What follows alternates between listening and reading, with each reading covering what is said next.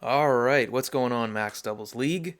This is Matt here. This is actually the first solo video that I'm doing for this league. I do a lot of content with my roommate Anthony for our the other league that we're playing in, but this is the first time I'm appearing on camera and on the mic by myself for the Max Doubles League. So, um, which is kind of fitting considering what this video is. I noticed that a few of you guys were doing some season breakdowns yourselves, and I figured since I was the one that won the whole thing, why not do one of my own? I had a few good ideas for what I might do for that. So what I'm doing here is just kind of a retrospective on the season as a whole. Kind of doing an in-depth timeline from the very beginning of the draft all the way through the end of my finals match, and then just a few final thoughts at the end. So probably gonna end up being kind of a long video. I had I had a few bets with my roommates to see how long this thing was actually gonna be, but by the time you're watching this, you guys can already see that. So um, hopefully it's not too long, but hey, we'll see. So let's just jump into it. We got I think the core members of the draft here up on the screen, but if you're playing in this league with me, you already knew that. So um, starting off this season, I wasn't exactly sure where I wanted to go. This was the first generation 8 draft that I was doing after Crown Tundra came out. So there was a lot of new stuff to consider.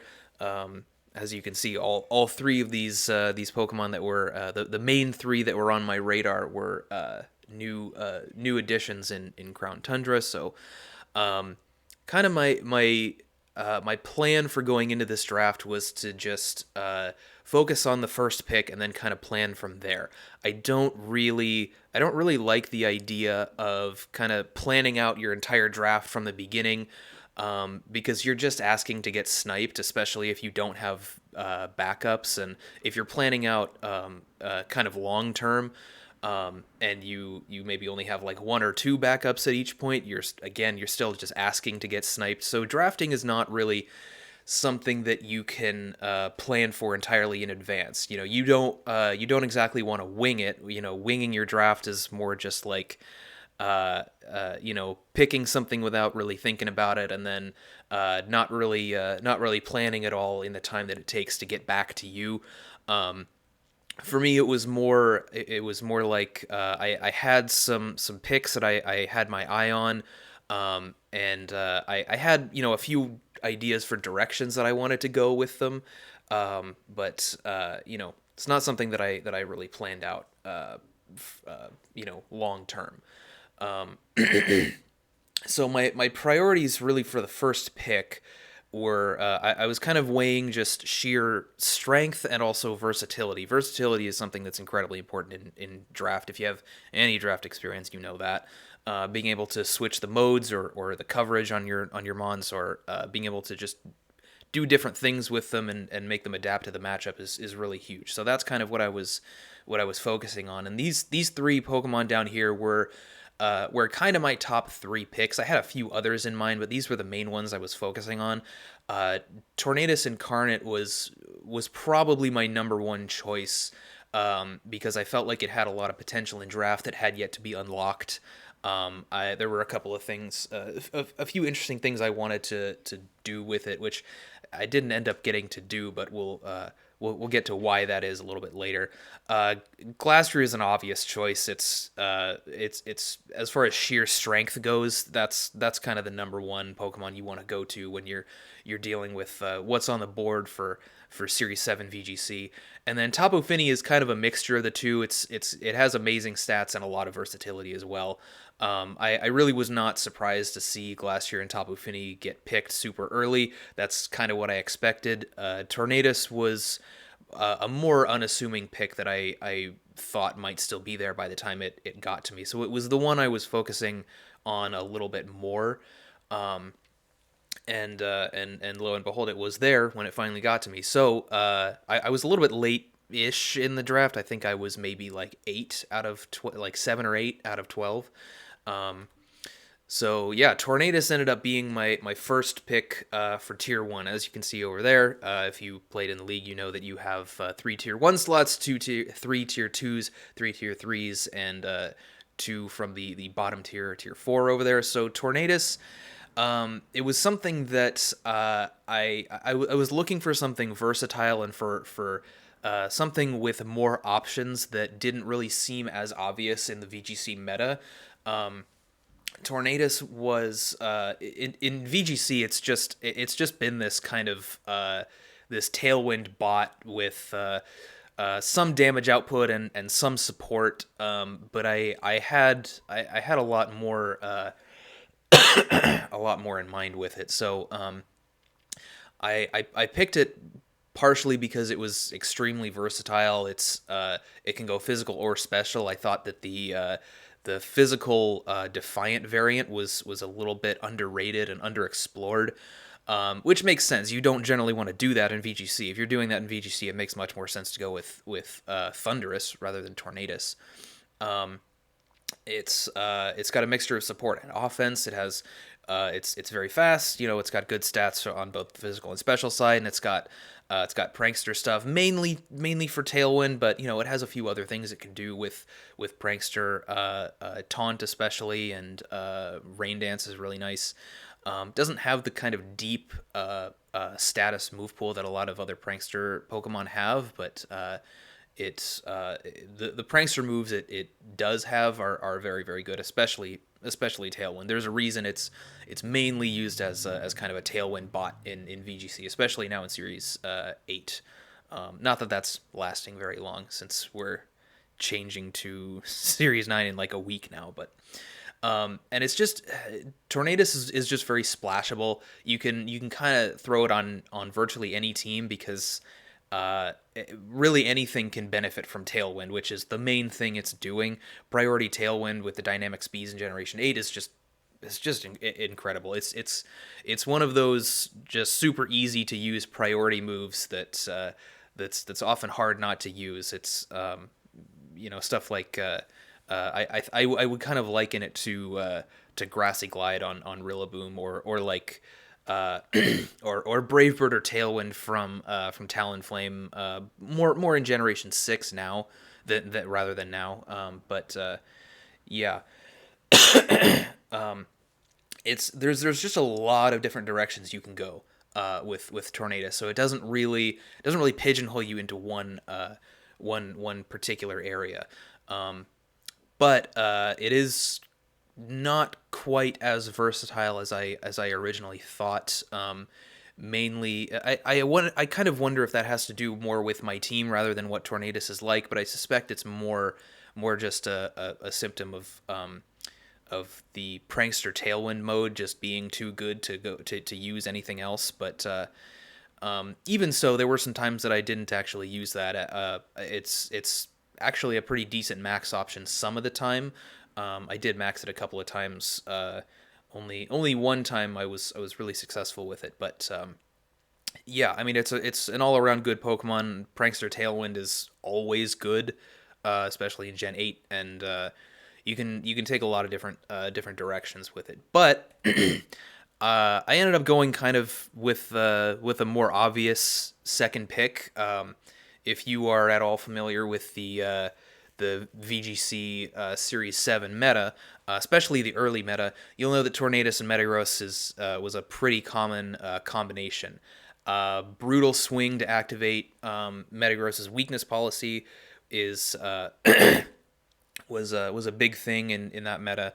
And Tailwind it helps Metagross so much because it's a really powerful threat. It's got these pseudo legendary stats, great damage output. It doesn't have too many of its stat points wasted in special attack, so it's really offensive physically. It's the only area it's really lacking is in its speed, and Prankster Tailwind with Tornadus, especially with its ability to activate Metagross's weakness policy and get around redirection. it's so good. It's so helpful. It's an amazing combination that brought me a lot of success in this season. So it's got a lot of really great type coverage. Most of the time, like its coverage is so good that most of the time you don't even want to run Zen Headbutt on it because you want these super effective hits against a lot of the stuff that you're seeing. Because Psychic is okay. It's not a great offensive type. Most of the time you're seeing Psychic used offensively. It's on a special attacker trying to take advantage of Expanding Force, which is not something Metagross is going to want to do most of the time. It can, but its special attack is also kind of meh. It's a little hard to use when you have that big physical attack stat there, and especially when it's immune to Intimidate.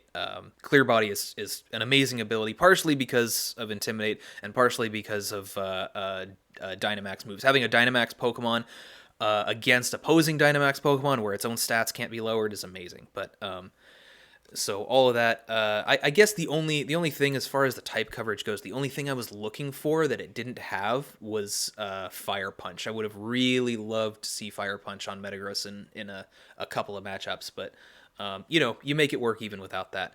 And I also drafted Metagross at the time. I thought it had I kind of thought it had some unsuspecting versatility. I was looking through its move pool, and there were a few things I wanted to do with it, which I didn't end up getting to do, which is probably for the best, because now looking back, I don't think it would have been a great idea to go for a special a special Metagross, even if I was the idea behind special Metagross was kind of to boost my special attack with Max Ooze because it actually gets Sludge Bomb, and to set up the Psychic Terrain with a Max Expanding Force, and then to use regular Expanding Force outside of Max.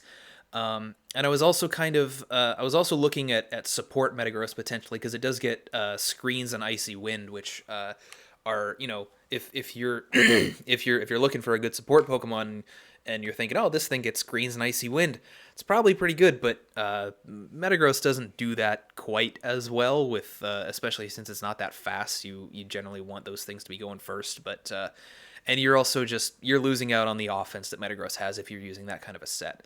The only mode with Metagross that I didn't really get to use that I think would have actually been good was an Iron Defense Body Press set.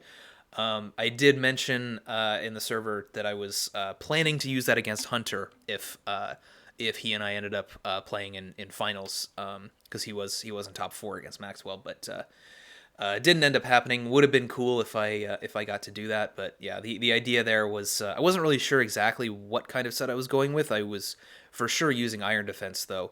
I wasn't sure if I wanted to use Body Press or if I wanted to go with a different fighting move. Probably just Brick Break, maybe Hammer Arm, I guess, and then slap a weakness policy on it. So that would have been fun to use. I'm a little bit disappointed that I didn't get to do that, but yeah, Metagross, I think it's just straight up good enough to not really need that kind of versatility that I was hoping to use with it. It was one of the absolute stars of the draft, even without that kind of mode switching. It was pretty much just a dedicated offensive Dynamax threat.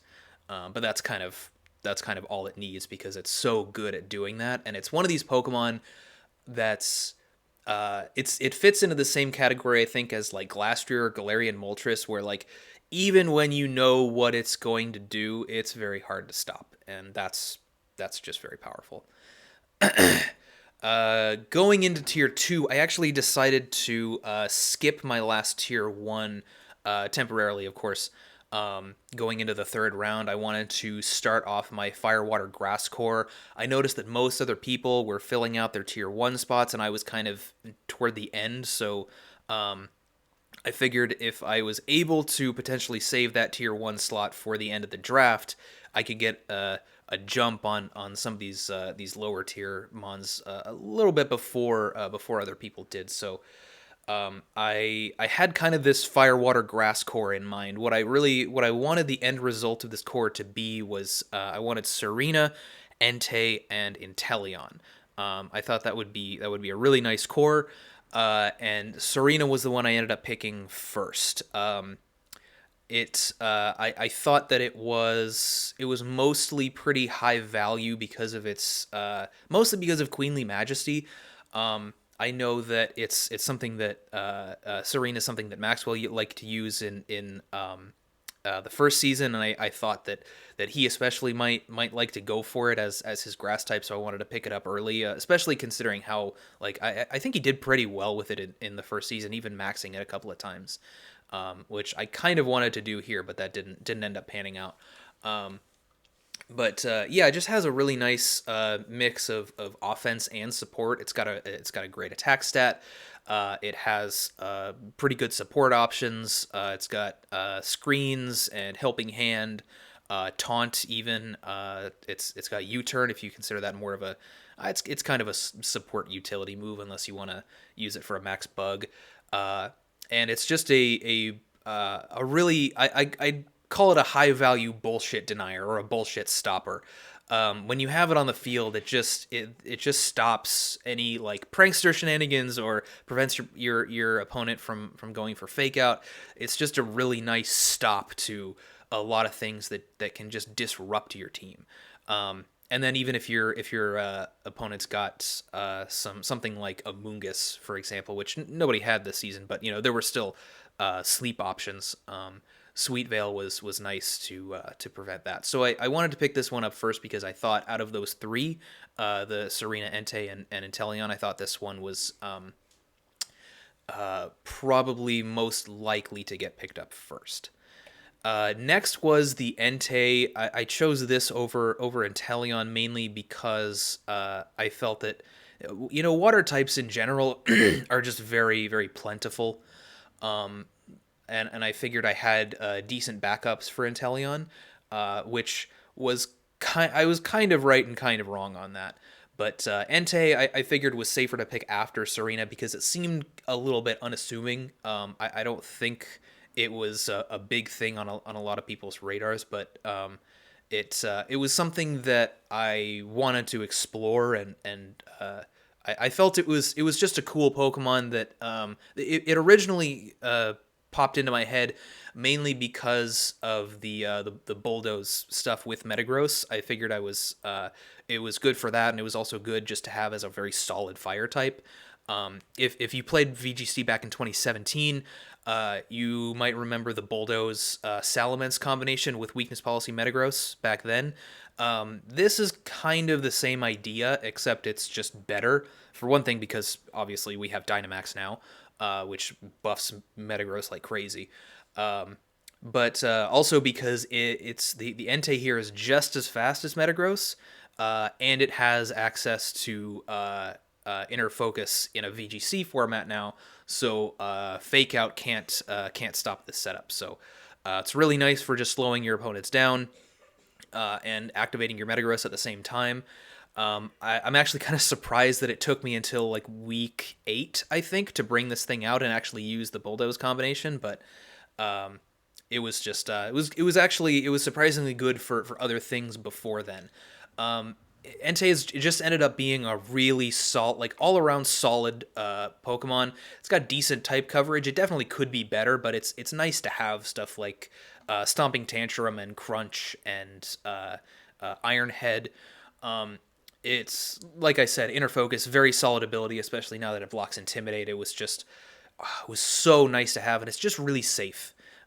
It just gave me a lot of insurance against any fake out or intimidate. It's just so nice to have that, especially when you're going up against stuff like Incineroar or Scrafty or whatever. And it does have a decent mix of offense and support as well. Its support mainly just comes from like Will-O-Wisp or Snarl, or even Sacred Fire if you want to gamble for the burn on that. And of course Sacred Fire and Extreme Speed are just very unique moves that very few Pokemon have access to, and it was a lot of fun, honestly, just to have those in Entei's toolkit. Extreme Speed, something that has very limited distribution. It's Arcanine gets it, and what else gets extreme speed? Rayquaza, which is not available. And then Sacred Fire, of course, the only other Pokemon that has it is Ho-Oh, which, of course, since this is Series 7, like Rayquaza, not available. Sacred Fire is just a lot of fun to use. I considered, I actually did consider Flare Blitz a couple of times in addition to Sacred Fire, just for the extra damage, but didn't end up putting it on there. There was there was one time I used Giga Impact over Flare Blitz, but we'll get to that. Entei is just overall very, very, very well-rounded, very, very solid Pokemon. I think one last thing I'll say about Entei is that Maxwell said once that it felt a little bit underutilized on my draft. I don't know if those were his exact words, but it's Entei just seems like it's the kind of Pokemon that's it's not this shiny, glorious, like, holy shit, here comes Entei kind of Pokemon. It's just very solid. It kind of just it's not something that counts as a huge threat. It's more just it kind of hits the field, does what it does, and it does it well. It has good stats all around, has good speed, good attack, good natural bulk, and it just kind of it kind of does what it needs to do without taking a lot of the glory, but without complaining as well. It was very solid. I was very happy to have it, and I think it did more work than it seemed like a lot of the time. Next up, in round 5, we've got Clefable. I ended up going back to this Tier 1 slot a little bit earlier than I originally planned when I skipped over it. Mostly because I saw that there were a couple of people who were drafting after me who still had a Tier 1 slot available and also did not have a redirector. And I noticed that some of the big ones in Tier 1 had already been picked up. Clefairy was gone and Togekiss was gone. So I wondered if I believe it was Dark King and Maxwell that were that still had they were picking after me in round 5, and they still had a Tier 1 slot available. And I later found out that both of them wanted Clefable in that slot. So I was kind of wondering, do I pick Clefable here, or do I finish my my Fire Water Grass Core with Inteleon? I ended up going with Clefable. I figured getting Inteleon sniped from me was not nearly as bad as getting Clefable sniped. So I picked it up here, which was maybe the best decision of my entire draft, because it unlocked so many options for my team. It ended up being so incredibly good. I'm not going to go too deep into what it does, because I think we all know what it does. It's just it's one of the top tier redirectors. It is better than Clefairy, largely because of Unaware and because of item versatility. Those are the main things it has over Clefairy, and that's enough. That's better than Friend Guard. I will die on that hill. It is better than Friend Guard Clefairy. And Follow Me Unaware is just, oh god, it's just amazing. It stops so much setup. And then aside from that, it just has a lot of other options for supporting your team. A lot of the time, you probably want Protect, or you probably want a Fairy move, but it's got a lot of other stuff. It can do screens and Safeguard. I even put Misty Terrain on it once. I used Sing a lot, because a lot of the time, on a Pokemon like Clefable, it's most of the time it's just clicking Follow Me, but it's kind of sometimes Follow Me is not really necessary, so you don't really want that to be just a dead slot. So it's good to put a Pokemon or a move on its moveset that's kind of high risk, high reward. Because even if you miss, then your opponent realizes, oh shit, that Sing is a threat. I don't want my Pokemon going to sleep, especially not my Dynamax Pokemon. So I need to address that right away, because if it happens to hit, that's really, really bad. It's the same logic as putting like a move like Horn Drill or Fissure on a Pokemon that doesn't really have a lot of offense. It's at risk of just sitting there kind of doing nothing. But if you happen to get that roll, it does a lot of work, and even if you don't, it demands attention from your opponent. So uh, I really like that kind of thing as a strategy, and it just makes Clefable, it turns it from just this really really top tier redirector that opens up a lot of options for your team into something else that can actually be really threatening if you don't decide to target it down directly. So very, very good. Probably the MVP of my team. I'm very glad I picked it up here because it would have gotten sniped from me in round 5 if I didn't pick it up here. So next up, unfortunately, was Milotic. The Inteleon ended up getting sniped from me like 1 or 2 picks before it came back to me. Funny enough, Dark King was one of the people I was afraid of sniping Clefable from me, and then he ended up sniping my water type from me instead. So that was kind of unfortunate. But like I said, I was kind of I was kind of right and kind of wrong that I had good options for a backup water type. Milotic here turned out to not be a very good choice. I needed a lot more speed and offense on my draft, and it just this was not it. And I ended up trading my Milotic for Barraskewda a little bit later. And Barraskewda was just not on my radar at the time because I really felt like I needed a special attacker. Basically, all of my offense was coming out of physical attackers with the Metagross and the Tsareena and the Entei. Clefable and Tornadus are special, but they're you can't rely on them to be sweepers a lot of the time, especially not Clefable. Clefable is basically never a sweeper. So I was really, really looking at special attacking water types. And I figured Milotic would be good enough because it does have a decent amount of offense, got a base 100 special attack, competitive is nice, and I also do have a lot of experience with Coil Hypnosis Milotic in Generation 8 VGC. So I figured I was going to be able to use that to pretty good effect. Turned out I didn't because I dropped Milotic pretty quick because, well, we'll get to that when we get to it. But yeah, Milotic was just kind of my backup water type for those reasons. Next up, moving on to tier 3, I knew that I wanted, I knew that there were a few types that I kind of wanted to fill out on my draft. There's a lot of types that you can consider like really big staples in draft. I think ground is probably one of them. Steel, electric, fire, water, grass. Those are, not that every draft has to have all of those types, but I think they're really good staples in draft and things that you at least want to seriously consider.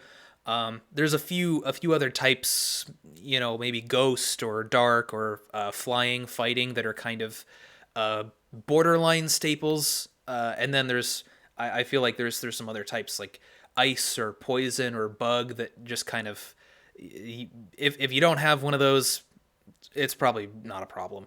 But Marowak just fit the bill on a number of in a number of different areas, partially because I really wanted a ground type, and because I really, really wanted to start building up a Trick Room mode, because none of this stuff up here really wants to be in Trick Room except maybe Clefable, and Clefable doesn't really care whether it's in or out of Trick Room anyway, because it's mostly just clicking Follow Me. But I needed something offensive in Trick Room, and then I wanted to pick up a Trick Room setter right after this. And Marowak was perfect, not only because it was ground type, but because it was also, I thought it was very, very high value for Tier 3. I don't know if it's as high value in because it's staying in Tier 3 for Season 3, but because it's in like a middle tier now, I don't know if its value is quite as high because we have 5 tiers this next season, whereas we only had 4 this time.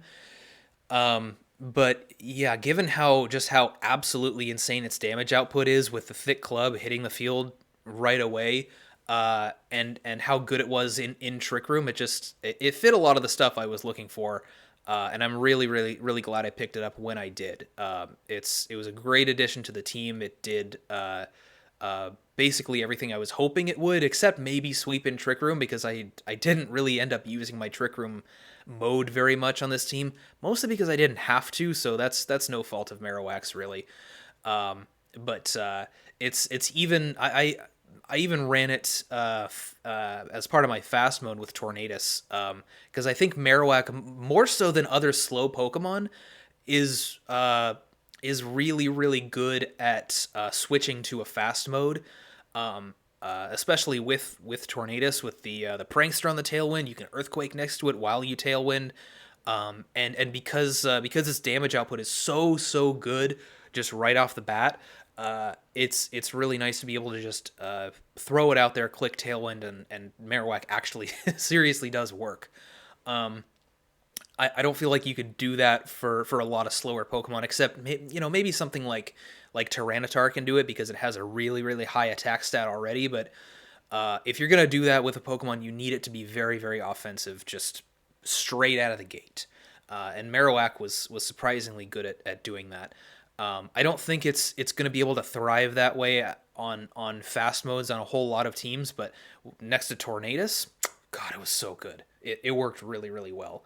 And then, like I talked about, ground typing, the Lightning Rod was really nice because I saw some pretty powerful electric types on a lot of my opponents' teams. I know that Nin ended up drafting Xurkitree and Pincurchin, which seemed pretty scary. So I figured if I had Marowak, it was a good way to just negate that whole mode straight up. And then, of course, it has really nice setup options too. I ended up using Swords Dance a couple of times.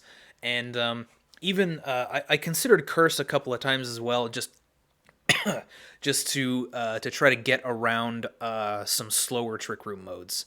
If you get a Curse up with it, I believe you're underspeeding base 30 speed Pokemon. So that's pretty nice as well. So Marowak, great addition. Never ended up Dynamaxing it, but kind of like Entei, it came in the back a lot of the time, and really did a lot of work. I was very happy with Marowak. Next up is Aromatisse, which there are some pros and cons here. I think it's a great Trick Room setter, especially for the tier that it's in. It's very unique in a lot of ways. There's not a lot of Fairy type Trick Room setters, and the ones that there are, for the most part, they're part Psychic as well, like Gardevoir. And Mr. Mime as well. Yeah, there's not very many of them, but there's a few. It's got this built-in Mental Herb with the Aroma Veil ability, and I thought it was a great addition to the draft as my Trick Room setter for the Marowak. I actually have some experience using Marowak and Aromatisse in a draft in Generation 7, so not only do I think these Pokemon are very good individually, I also have some experience using them together. It has an amazing supportive move pool. It's got some weather moves. It has After You, Ally Switch, Charm, Screens, few other things I'm not thinking of off the top of my head right now. And it can even be kind of offensive with either Calm Mind or Nasty Plot, and the base 29 speed is also a huge selling point. To me, a lot of for a lot of the Pokemon that want to operate in Trick Room, base 30 speed seems to be kind of the baseline for powerful Trick Room sweepers, or just even Pokemon like Amoonguss that just want to do other stuff in Trick Room. Like Amoonguss, for example, like Snorlax or Caparaja or Slowbro and Slowking, Cofagrigus, Runerigus, a lot of Pokemon that set up Trick Room and or want to operate inside Trick Room. Base 30 speed is kind of the baseline there, so having a Pokemon that sets Trick Room or wants to operate in Trick Room, or both, being under base 30 speed is very valuable. So that was one of the big selling points for Aromatisse here. The only weird thing is that a lot of the time what I wanted to do to set up Trick Room was to pair my Trick Room setter with my Redirection. Pretty classic way to set up Trick Room. The problem is here they share the exact same type. They're both pure Fairy types, so they share those Poison and Steel weaknesses, so that's a little bit awkward. Something's with one of those moves is going to be able to kill Clefable pretty easily, and then it's going to be, even if Trick Room is up, it's still kind of going to be threatening Aromatisse. So it's maybe something I should have considered a little bit more.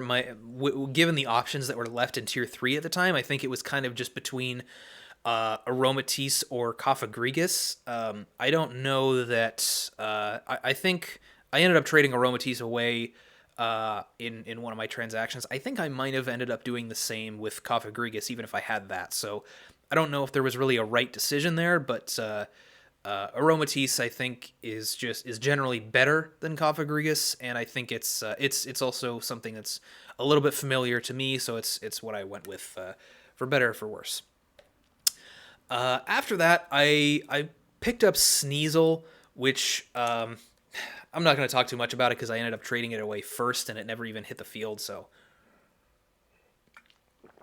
I wanted more speed on my draft. I wanted some fake out. I figured Sneasel had like decent amount of damage output with some fast utility. It's got a fast taunt, fast snarl, fast icy wind. It could activate some weakness policies, maybe with an ice shard on Tornadus or a dark move on Metagross. If I wanted to get a little cheeky, I could have put some berry on Sneasel and flung it into a weakness policy Metagross. Didn't end up happening. I traded Weavile away pretty quick, but I actually I don't know if I think I drafted it thinking it got Brutal Swing, so it was another way to activate Metagross despite opposing Follow Me or Rage Powder, but it doesn't actually get Brutal Swing, interestingly enough. Neither does Weavile, so it just kind of seemed underwhelming on my draft. It didn't really feel like it fit in a lot of places. I wasn't really going to end up using it, so traded it away pretty quick. Coming down to Tier 4, I didn't really feel like it mattered too much what I was picking here. I picked Munchlax because it's something I have experience with in draft already, and it helps my Trick Room mode a lot. If I'm able to get it set up, it's something that's way slower than anything else. Marowak, I figured, might have trouble functioning in Trick Room if my opponent had a slower Trick Room mode, or even just one thing that's slower than Marowak. So Munchlax at least gave me an option for something that's going to underspeed absolutely everything in Trick Room. If you can actually get it set up, it's basically just a budget Snorlax. It was a potential Dynamax option for me. I just didn't really see a whole lot of value in Tier 4. There wasn't a whole lot that I thought was going to help out my draft. So this was just kind of a Pokemon that I was maybe going to use once or twice in kind of a niche situation. And it also gave me a potential Eviolite support set, which I don't think I was going to use against anybody except maybe Hunter, just because of the Ice Horse. It was I drafted it thinking that if I was ever going to play Hunter, I would slap an Eviolite on it, give it thick fat so it was going to take ice moves better, and then I was going to slap Charm on it, so it was going to be just a really slow, bulky thing that was going to underspeed Glastrier and Trick Room and just charm it. I had also considered, since he had Fungus, I also kind of considered putting safety goggles on it. I didn't actually calc how well it was going to take moves from Glastrier without the Eviolite, but that was also an option in case he had both of those out in Trick Room. So not something I ended up using, obviously. It didn't end up battling Hunter at all, but it was at least kind of a fun thing that I thought I could use to counter Ice Horse and Trick Room. But yeah, Munchlax didn't end up getting used much. I was planning on bringing it 1 week, but the battle didn't end up happening. We'll talk about that too. And the last one I picked was Purrloin, and I waited till the end to pick Purrloin because I noticed it was not listed on the tier list at all. So I figured it's probably something that nobody else is going to think about, but it's something that I've actually used in draft before. And frankly, it's not really much different from Liepard. Its move pool is exactly the same. Maybe there's some offensive stuff that Liepard gets that Purrloin doesn't, and I guess Liepard can go for a fast Snarl, whereas Purrloin can't do that because it's not. It does get Snarl, it's just not as fast. But it's got all the same prankster shenanigans. It's got the yawn. It's got the fake, not that fake out's prankster, but It's got Fake Out like Liepard does. It's got Fake Tears and Screech and Weather moves, Thunder Wave. It's got all the prankster stuff that Liepard does, and Liepard, it does its stats. Purrloin stats don't even matter anyway. You're probably just putting a Focus Sash on it every time. Its offenses don't matter because the only offensive move you're probably going to run is Foul Play. Its speed doesn't matter because all of its moves are priority. It's really not much different from Liepard. It was a steal down here, especially since I don't know if anyone even knew it was down here because it wasn't listed on the list, but. I also picked it partially because, well, honestly, this was maybe the biggest reason I picked it. I noticed that week 1 I was playing against Dan, and Dan had this interesting rain mode with a Politoed and Ludicolo, which I think he had Kingdra at first, and he swapped it out for Ludicolo right after the draft ended. But either way, I felt like my team did not do well against a rain mode. Especially with a Rain Sweeper that was going to have super effective moves against Tsareena, so I couldn't just throw a Grass type out there and call it good. It was a little bit better with Ludicolo because using a Max Hailstorm would overwrite your own Rain, but I thought the matchup was still a little bit awkward. So I thought Purrloin was kind of what was going to save me here. I wanted to use it for a Prankster Sunny Day against that Rain mode because I thought I was pretty weak to rain, and unfortunately, Tornadus being prankster and getting Rain Dance does not have access to Sunny Day, which makes sense. It's it's a Pokemon more associated with storms, so yeah, it's gonna have the rain move. It's not gonna have the sun move. So that was the main reason I drafted this thing. I actually had it on my draft for the entire season. And I totally expected to use it more than just week 1. But every time I built, it was just not really worth a slot. The most amount of work it was doing was just countering that rain mode week 1. So I totally expected to use it, but it never even came to team preview past week 1. It just didn't really work well with my team as much as I thought it did. So that's the entire draft.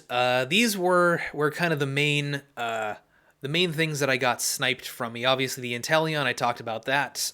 Really wanted a fast offensive special attacker in that Milotic slot. Didn't end up working out, so I picked Milotic instead.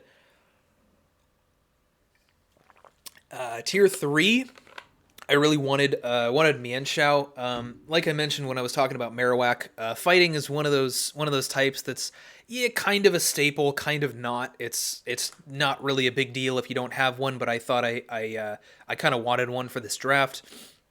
It does a lot of the same stuff Sneasel does. It's got a limited support move pool, but it's got inner focus just like Sneasel does. It's got Fake Out, of course.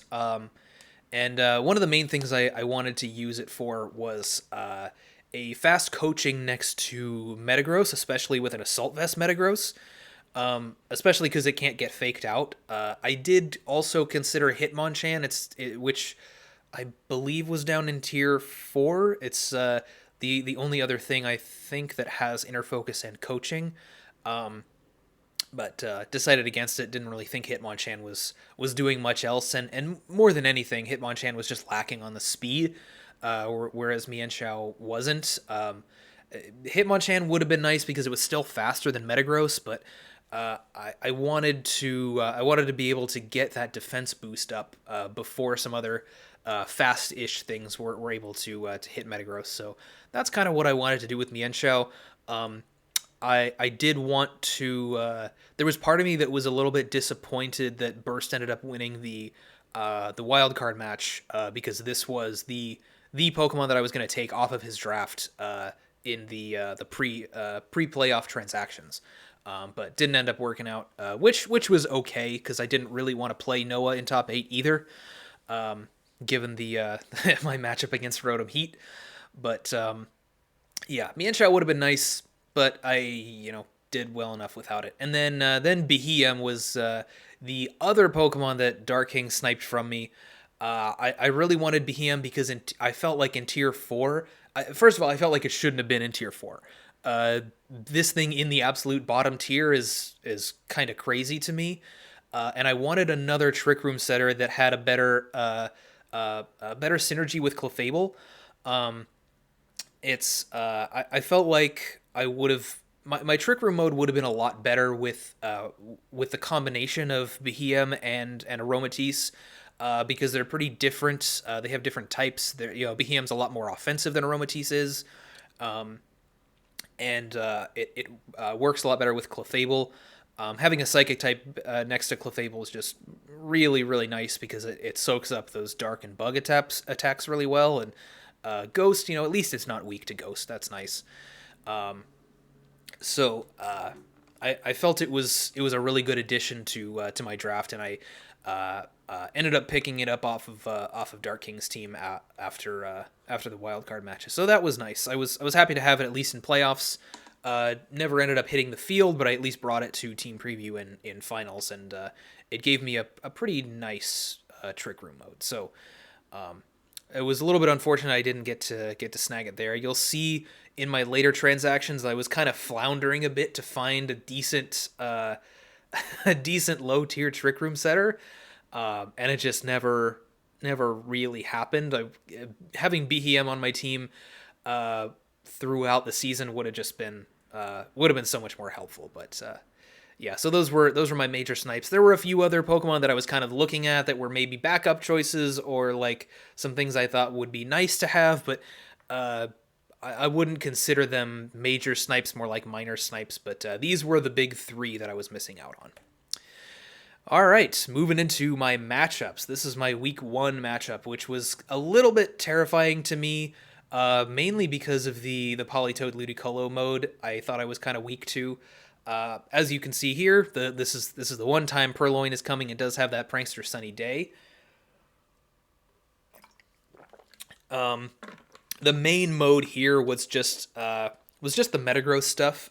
Pretty much, I think most games here I was bringing a combination of these top 4 with the Metagross Purrloin out front most of the time, and then Tornadus with a Jolly Marowak in the back as kind of a late game fast mode. The Marowak was jolly because it actually outspeeds Tapu Koko in Tailwind, which is kind of fucking crazy, but it's possible. So that's what I went with there. The game ended well. Okay, as you can see here, Dan didn't end up bringing the rain mode at all, which was very surprising to me. I felt like the Purrloin Metagross combination had a good enough matchup anyway. So I believe that's what I went with game 1. Mostly what caught me off guard was the Thievul, because we didn't know how much of a monster Thievul was going to be at first. I didn't really know what to expect from it. I didn't really prep for it very much. And the foul plays on my Metagross ended up being a lot more detrimental to my game plan than I thought. I ended up going for a Max Quake on the Tapu Koko with Metagross, which wasn't great because it was Focus Sash anyway. So a Steel Spike would have been much better there to take less damage on the foul play. Metagross did okay the first game. I did end up losing. Well, let me talk about the team a little bit more. First, I guess I kind of covered the first part, and then Clefable was mostly there just in case I needed some redirection, and then the Aromatisse was here mostly as a Trick Room counter. It had Moonblast to deal with the Guzzlord. It had Sunny Day to deal with the Araquanid if Rain and Trick Room were up. Ally Switch was just kind of there because I needed something else to fill the slot, and it's just kind of a if you have a slot that needs filling and you have Ally Switch available to you, it's a pretty good option just to click and save your ass if you really need it. And then I had After You just in case I was caught in Trick Room with something a little bit faster. Since Aromatisse is going to be able to underspeed everything on his team except for the Musharna, which it speed ties with. So I kind of was able to fake a bit of a Trick Room mode there, which I think is maybe why he brought the Araquanid Musharna mode game one, because the Araquanid is able to underspeed the Marowak. But yeah, that was kind of a fake out there, since the Aromatisse didn't actually have Trick Room on it. It was mostly just a Trick Room counter for him, and then the Marowak was fast, of course. So game one, I ended up losing. It was very close. Came down to his Trick Room mode in the back, barely being able to eke out a win. It was only a 0-1 loss. It came down to my Tornadus versus his Musharna in the end. Game two went a little bit better, mostly because I just kind of mindlessly clicked Steel Spike on my Metagross every turn, and the Landorus wasn't really able to do much. And I had the fast mode with Tornadus and Marowak come out a little bit later. I think this is where I dropped the Purrloin for Clefable, but Clefable went down pretty quick, and just got my Tailwind up, and the Metagross and Marowak were able to finish it off there. And then game three, I sort of ended up shooting myself in the foot. What I really should have done was I should have taken this Metagross mode and just realized that I should have just been clicking Steel Spike the entire time. I kind of thought that with the way that I adjusted and managed to beat his Landorus mode in game two, I thought he would readjust and go back to his Tapu Koko and Thievul lead, and I figured if I went with the Clefable Tornadus here and just went for a Nasty Plot and Max Tornadus, I figured that that would match up pretty well into the Thievul Tapu Koko stuff, mostly because I can redirect pretty easily, and then especially with the Wackenberry, Tornadus is very, very safe, even against Tapu Koko. Can take an electric move and hit back with a Sludge Bomb or a Max Ooze. But what I didn't really realize was that I was hyper-focusing too much on him adjusting back to what worked in game one, and I didn't really realize that Metagross was the optimal way to go, even against a Thievul Tapu Koko lead, if I had just kept clicking Steel Spike, because Steel Spike was going to be able to bring Tapu Koko down to Sash just fine. I didn't need the Quake. I can bring it down to Sash and get a defense boost. And defense boosts were extremely good here, because the only real special attackers here are not hitting Metagross for good damage at all. Except for the Koko, I guess, but the Koko was pretty easy to deal with when I had Clefable and Marowak, so wasn't really worried about that either. So I kind of shot myself in the foot going for a different mode. He ended up leading with the Landorus, which he Dynamaxed, and the Nihilego, which was really, really bad for me. He went for an Airstream straight off the bat, killed Clefable, and then even though my Tornadus was +2 Dynamaxed after that, it was in a lot of trouble. So I kind of I was sort of kicking myself after that one, but he still played well through the whole set. Like even though I was sort of kicking myself after this one, I'm not in the business of taking wins away from people. He still prepped well, he played well, and it was definitely not a fluke, considering how well he did throughout the season. He was one of our better competitors, I think. So, even in situations like this where you kind of shoot yourself in the foot and feel like if you did something else, then you would have won. You can describe a lot of different matches that way. So that's just kind of Pokemon. Or even if you lose to hacks or something like that, or just a dumb mistake or misclick, whatever. I'm not in the business of taking wins away from people. So Dan did well here, despite me kind of feeling like I made a mistake. He still prepped well and played well. So good game to Dan. Good shit. What's good for me, though, is that this was actually my only loss of the whole season, so that's pretty cool. Moving on to the week one transaction, like I mentioned, Sneasel here did not last long. Didn't even come to team preview the first game, and I booted it out.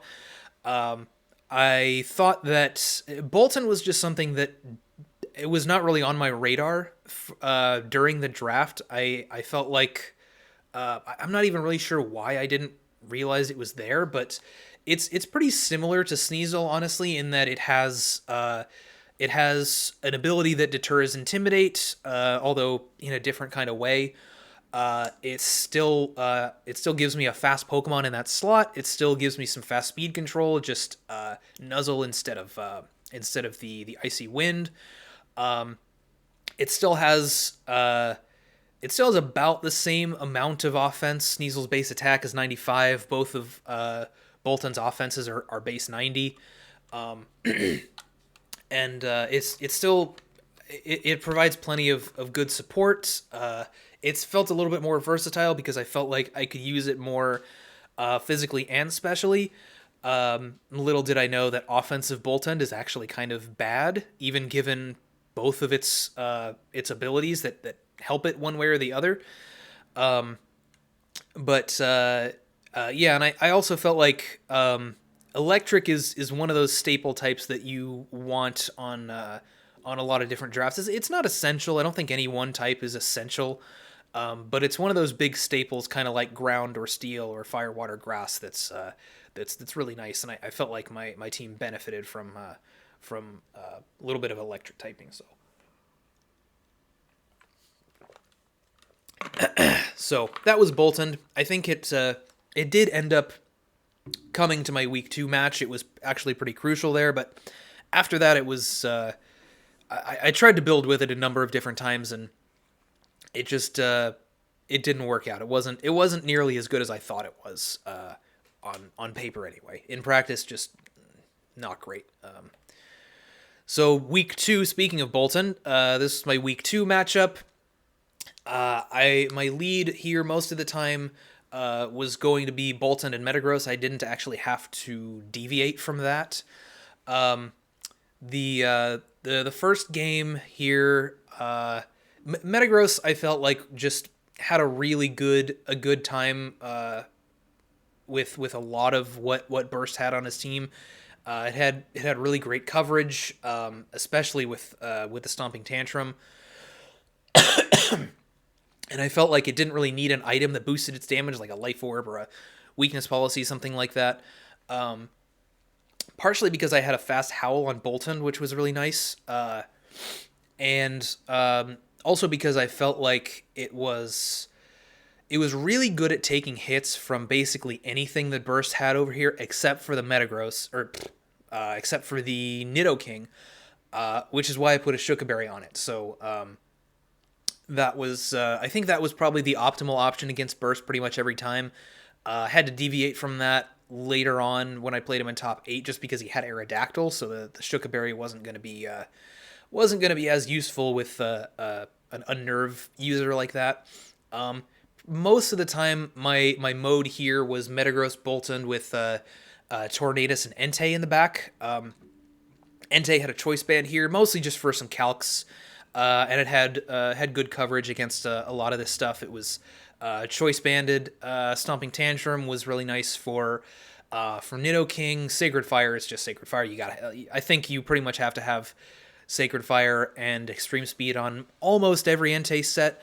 And the crunch was there because I decided against going for Ice Punch on Metagross, so I felt like I needed a little something extra to deal with the Latias, which ended up helping out a lot in Game 2.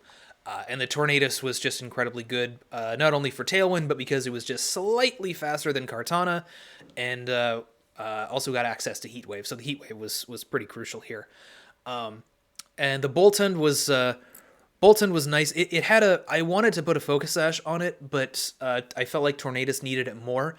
And I felt like the Keyberry was mostly there just for a few niche situations in case Burst ended up leading with a Fake Out user. He had Incineroar and Mienshao, of course, so I just wanted to make sure that Boltund was going to live hits from some of his physical attackers if I got hit with a Fake Out first. So Boltund gets faked out, gets a +1 defense, and it's a little bit better at taking hits. The only thing that was really going to be able to kill it after that was Nidoking, which I wasn't too worried about because I felt like getting a Max Quake into the Nidoking was going to be really, really valuable, even if Boltund goes down. So I felt like the Key Berry was pretty necessary there because I felt like I needed all of these moves on here instead of just running Protect and going for the usual double Protect against a Fake Out user. This turned out to be my highest differential game of the season. It's one of our few 8-0s in the MDL.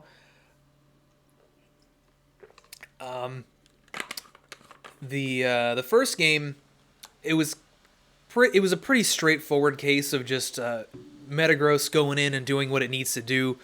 It took the Max Quake from the Nidoking really well. He ended up maxing his Nidoking next to the Stonejourner for the extra damage from Power Spot. I think I suspect he may have done that because he saw the Assault Vest Metagross that I used in week 1 and figured that was his ticket to one-shotting Assault Vest Metagross with both the Power Spot and the Life Orb. Little did he know I had the Shuka Berry, which was incredibly helpful. Thank God for that. So I ended up... I believe I switched Boltund out pretty early into Tornadus. I was able to just go for a Tailwind and Max Quake to finish off the Nidoking, and then the Tornadus and Metagross were able to finish things off from there pretty easily. Like Entei didn't even hit the field. I don't even think he saw that I had Entei in game 1, and then game 2 was a little bit more difficult. I do have to give him some props for leading with I don't know if he saw he did actually see Thunder Punch on my Metagross in game 1, and so I think he led with the Gyarados and ended up switching it out into Nidoking, and then I went for a Quake onto Nidoking turn 2, and he switched back into the Gyarados. So I figured it might have been a bait on the Gyarados turn 1. Especially since I had Boltund out there. So I considered predicting the switch and going for a Quake onto Nidoking. I figured it was just kind of a 50-50 both times, and he got it both times. The weird thing happened on turn 3 where he ended up maxing the Gyarados. He switched his Latias out into Nidoking. He went for... he had Tailwind up with his Latias, and he went for a Max Darkness onto Metagross. I had actually Quaked into... I went for both a Quake and a Thunderbolt into the Gyarados slot. He went for Max Darkness onto my Metagross, activated Competitive on my Boltund, which allowed it to one-shot the Dynamax Gyarados with the +2 boost, and then the Max Quake ended up getting redirected into the other slot, which he had switched into Nidoking, so I got a double KO and got rid of his Dynamax all in the same turn. So that was kind of fucking crazy. And then Metagross and Entei were able to finish it off from there. That's where the crunch actually came into play. I switched my Boltund into Entei for a Choice Band crunch on the Latias to finish that off. So pretty crazy set. I do have to commend him for those first couple of turns in game 2. I guess he mentioned he just forgot about competitive. I didn't even expect him to go for a Max Darkness. I was expecting a Quake, which would have made things a lot more difficult. So, but props to him for playing well there. But I got my first win there, so that kind of lifted my spirits a little bit.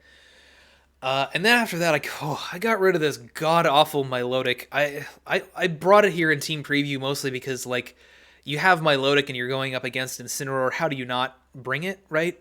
I thought it was pretty good with Icy Wind. I put a lot of speed on it. Rindo Berry was just for Kartana. I was able to outspeed the Kartana and the Latias after an Icy Wind. Figured the Helping Hand would help some of my more offensive members of the team, but I didn't really expect to bring it. It was more just there to deter the Incineroar, and also just in case there was a situation that came up where I needed it. I would have brought it. it wasn't something that like I don't bring bluffs. It wasn't something that was just there to deter one thing or the other. Uh, every time I put together a team, I make sure that all 6 Pokemon are are Pokemon that could reasonably show up. So it's even for something like this that I figure is probably not going to come. There are situations where it could. It just it never did, especially because Incineroar never ended up hitting the field. I figured that the Boltund lead, especially in game 1, was enough to deter that. Interestingly enough, he forgot about competitive on the Boltund, was just kind of leaving Incineroar on the bench just because of the Milotic, even though he did have it in team preview here. So, yeah, so that was the Milotic. It wasn't doing what I wanted that slot to do. I needed something much more offensive, and I figured I was looking for a special attacker during the draft, just because I felt like my team was too physical. But after figuring out how bad my Milotic was on the draft, I figured, you know what, Barraskewda is pretty good, even though this thing is physical. It can't be worse than what I have already. It can't be worse than my Milotic, because my Milotic's just not. it's not it. It's not doing what I wanted it to do. Barraskewda was just much more offensive. It's extremely similar to Inteleon, in that it ignores redirection, except it does an even better job of that than Inteleon. It's got Propeller Tail, which just ignores redirection on with all of its moves. Inteleon does that with Snipe Shot, which is nice, but Propeller Tail is just super, super nice. And it had really, really insane coverage. If you want to hit something super effectively, Barraskewda can probably do it. And it's, like I said, it can ignore redirection, so it really deters the use of redirection sometimes, which it really did in my Week 7 match, which I was actually a little bit surprised by. But yeah, it's a big threat, and I also noticed that it was going to be useful in a lot of different situations, but I also noticed that my Week 3 matchup against Jess here really did not like Barraskewda. So I think pretty much every time here my lead is this Barraskewda Clefable lead. It was really, really nice because it's leading with a Barraskewda and Clefable, or Barraskewda next to any redirection really, is really nice because, first of all, I can redirect and my opponent can't, which is amazing, especially considering how much she relies on Togetic. Even in Season 1, it's one of these Pokemon that she's had both times. I felt like my matchup against Cinderace was going to be a little bit rough without the Barraskewda, but Barraskewda is faster. It has that type matchup and ignores redirection, so a Cinderace lead is like it's almost out of the question for her. And Barraskewda just it has, like I said, it has amazing coverage. It's basically able to hit everything on her team. I thought the Lapras matchup was a little bit weird, but I still had Brick Break, and I didn't really care about activating a weakness policy because I have Unaware on Clefable here. The Ice Fang, of course, was for the Dragonite. The Psychic Fangs. Psychic Fangs was mainly for the Venusaur. I wanted to use that over Bounce because I thought Cobra Berry was a little bit more obvious as a type resist berry. I figured she probably wasn't bringing Vulpix because it's a Vulpix, and other than that, there's really no way to get the sun up before Barraskewda attacks. So if I went for a Helping Hand, Life Orb, Max Mindstorm, that was actually enough to one-shot a Dynamax Venusaur. Might have been a roll, actually, but if it was a roll, it was in my favor. I remember being comfortable enough going for that on turn 1 if she happened to lead Venusaur. So I had the Barraskewda lead here. I did have this is another instance where I used the fast Marowak. I was actually able to go Adamant this time and still outspeed Cinderace in Tailwind. I also had the Metagross option here. I had the Brutal Swing, of course, but I also had Rain Dance just in case she led with Cinderace, because I can go for a Prankster Rain Dance, and then the G-Max Fireball or the Max Flare. really not doing a whole lot of damage. And it'll activate the weakness policy, and then I could Tailwind after that to hit into the Cinderace. Ideally, if she led with the Togetic, I just go for a Steel Spike into the Togetic, and I can Stomping Tantrum or Max Quake the Cinderace the following turn. I had that as an option, but didn't end up coming out. I felt the Barraskewda was solid enough. Game 1, I ended up winning with Barraskewda pretty handily. She actually led with Cinderace, which I felt like wasn't even really... I almost felt like it wasn't an option for her, but she led with it anyway. I ended up going for a Geyser into it because I couldn't really afford to let the Cinderace max and start attacking. Especially because I actually did not have a Berry on Clefable. I was I think I was overly concerned about a taunt from the Mimikyu, because the Mimikyu would have been able to deal with, not necessarily deal with Barraskewda easily, but clicking a max move into Disguise feels like a bit of a waste sometimes. I really wanted to start getting KOs with Barraskewda, so I wanted to make sure that I could redirect for a few turns, and I was probably just going to end up attacking around the Mimikyu if she ended up leading it. But she ended up switching the Cinderace out into Lapras, which turned out okay because I just went for a couple of Max Knuckles, and then when the Max was over, I went for a Brick Break. Got rid of the Aurora Veil. I had fast Marowak on the field. Just went for a Rock Slide to get rid of the Lapras. So that was a pretty clean win. Game 2, she went with the Togedemaru and Dragonite, which was not really something I had anticipated. Going for faking out the Clefable and then going for a Max Airstream with the Weakness Policy Dragonite was... a great way around the Barraskewda Clefable stuff. I ended up adjusting to that by bringing out Tsareena instead of Clefable in Game 3. There was a bit of a timeout. I ended up... the Tsareena was Scarf, of course. I ended up timing out. Trop Kick was in the first slot here, so I ended up Trop Kicking the Dragonite on accident, which turned out to be very good for me because it broke Multiscale and brought Dragonite down to -1 attack. It still killed the Tsareena, of course, because it was built fast instead of bulky for the Choice Scarf.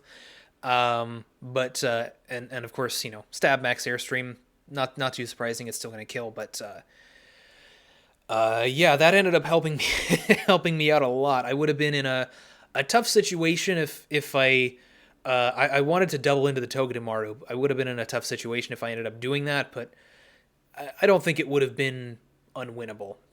Just would have been a lot more difficult. So that was a little bit weird, but I'll take the W. My week 3 transaction, this one was a little bit weird. I knew that as I was building with Tsareena, I knew I eventually wanted to get rid of it, but I also knew that it was going to be a pretty good bring in my week 5 match. So I wanted to keep it around, and I wanted to start adjusting my draft kind of in preparation for that. So my first step there was to drop the Aromatisse for Gourgeist. Gourgeist allowed me to keep a Trick Room setter in that slot, but also have the option to use a little bit of a faster grass type, since it has a couple of different forms. And I felt like I didn't really need the low speed on Aromatisse as much as I thought I did. I was kind of looking at the potential Trick Room modes from some of my upcoming matchups, and it didn't really seem like I needed something super, super slow, so I thought that Gourgeist, if I was going to use Trick Room modes in those matchups, I felt like Gourgeist would have done the job well enough. So, but Gourgeist it's a weird Pokemon to use. I think its stats are not always there, and the speed kind of was a little bit awkward using with my Trick Room mode, but you'll notice in some of my matchups, I don't really bring it very often, and even when I bring it to team preview, it's not. It doesn't really hit the field very much. This was part of my looking for something to fill that Trick Room Setter void while picking up the slack in other places, and it didn't end up working out as well as I thought it would have, but I think it was okay at least. I ended up bringing Gourgeist here in my week 4 matchup, mostly because my matchup against this Rotom Heat was really, really awkward. I was also kind of terrified of the Morgrim because I know that Noah was he'd been using Trick Eject Button Morgrim, which scared the shit out of me, and I wanted to bring Gourgeist here, mostly because I wanted a way to reliably activate my own weakness policy, which was the main reason I didn't want to lead with Clefable a lot of the time. Clefable seems solid to deal with, redirect stuff from the Morgrim and also redirect hits from the Rotom, but I felt like I needed the weakness policy boost to really do work against a lot of this team, especially the Rotom. I don't think I was, even if I had a Life Orb on the Metagross, I don't think I was KOing a bulky Dynamax Rotom with Max Rockfall, and I wanted there were some calcs that I wanted the Life Orb on Barraskewda for as well. And the Clefable was also a little bit awkward to use against Morgrim because the Morgrim could have just taunted it, and I wanted Citrus Berry instead of a Mental Herb for a few defensive calcs. So my plan was to lead Gourgeist. If there wasn't a whole lot that was threatening in his lead, then I could go for the Self Shadow Sneak just fine. If he led with the Morgrim, I could frisk the Morgrim. I would see whether or not it was Eject Button, and if it was Eject Button, I was using small Gourgeist so it was fast enough to Shadow Sneak before the Morgrim gets the trick off, and the Eject Button will just toss the Morgrim back out. So that was my plan against that, and then my plan against Rotom Heat was to just I kind of had to rely on ally switch shenanigans, which came up in game 1, but he did not target the slot that I thought he would target, and he was also Life Orb Rotom, which I didn't really expect. I had the bulk to live the Life Orb Max Flare anyway, but I thought he was going to target the Metagross, and that I was totally fine just letting the Gourgeist go down, but he targeted the Gourgeist, brought my Metagross down to red, and then thankfully I got my weakness policy boost and I KO'd the Rotom with Max Rockfall, and it was fairly easy to use. I think I had Barraskewda and Tornadus in the back. It was fairly easy to just use those to clean up the rest of the game after that. I did end up winning 3-0 there. And then game 2 was a little bit weirder. He brought Gastrodon in game 1, which also helped because my Gourgeist was still alive and I was able to just threaten it with a Bullet Seed. You see I have Bullet Seed here mostly because I expected a Rindo Berry on the Gastrodon. So if I got a few hits, then I could proc the Rindo Berry on the first one and then do a little bit more damage with the subsequent hits. So I figured it was better than Seed Bomb for that. Game 2 was a little bit weirder because I felt like I couldn't rely on him just targeting the slot that I wanted to target, so I ended up leading Clefable with the Metagross here. He ended up leading Rotom and Roserade, and actually put my Clefable to sleep, which is not something that I had prepared very well for. So I went for a Max Guard and switched the Clefable out to Tornadus to threaten a Tailwind Max Rockfall on the Rotom. I went for a Rockfall on the Rotom turn 1. It did a lot of damage because the Rotom was obviously very offensive with the holding a Life Orb. But I wanted to I wanted to kind of threaten the same thing I did against Burst, where I switched the thing next to Metagross, I switched into the Tornadus, and then against Burst, I went for Tailwind Max Quake into the Nidoking, which worked. And so in this situation, I wanted to call him predicting me to do the same thing. So I ended up going for a Max Mindstorm onto the Roserade, which had its sash broken by the sand from Max Rockfall, and he ended up max guarding the Rotom, predicting me to Rockfall into it, and I just killed the Roserade, and then I had Tailwind up, of course, and I was able to just kind of Rock Slide my way to victory here. And actually, because he had gone for a Flare, a Flare after my Rockfall, the sun was actually out. He brought in Doug Trio. This is where Weather Ball. You can see I have Weather Ball on Tornadus here. This is where Weather Ball really came in handy because the Doug Trio was not Sash. The Roserade was, and I was able to get a Fire type Weather Ball onto it to KO it. Whereas the Weather Ball originally was mostly just to help against the Rotom matchup, because part of my plan was to just keep rock falling with Metagross to make sure I kept sand up, so a rock type Weather Ball would have helped a lot with Rotom in the mid game there. So, but I was really lucky I had it for that situation, and then I was able to finish off the Tyranitar there after the Doug Trio and Rotom went down. So this match was it went a lot better than I expected, but this match was really where I started to realize the flowcharty nature of my team. I had such a bad matchup against the Rotom. I was kind of just wandering around my house bitching to my roommates about like, how the fuck am I going to beat this Rotom Heat? It has such a crazy matchup against my whole team. There's part of me that wanted to just lead with a Barraskewda lead, but I was too afraid of him just switching the Rotom straight out into the Gastrodon, because I would kind of have to max Geyser that slot. And, Barraskewda's got Propeller Tail, so it can ignore the Gastrodon Storm Drain if it targets next to the Gastrodon. But if it goes for a Water move directly into the Gastrodon, it's still immune, so that's not so good.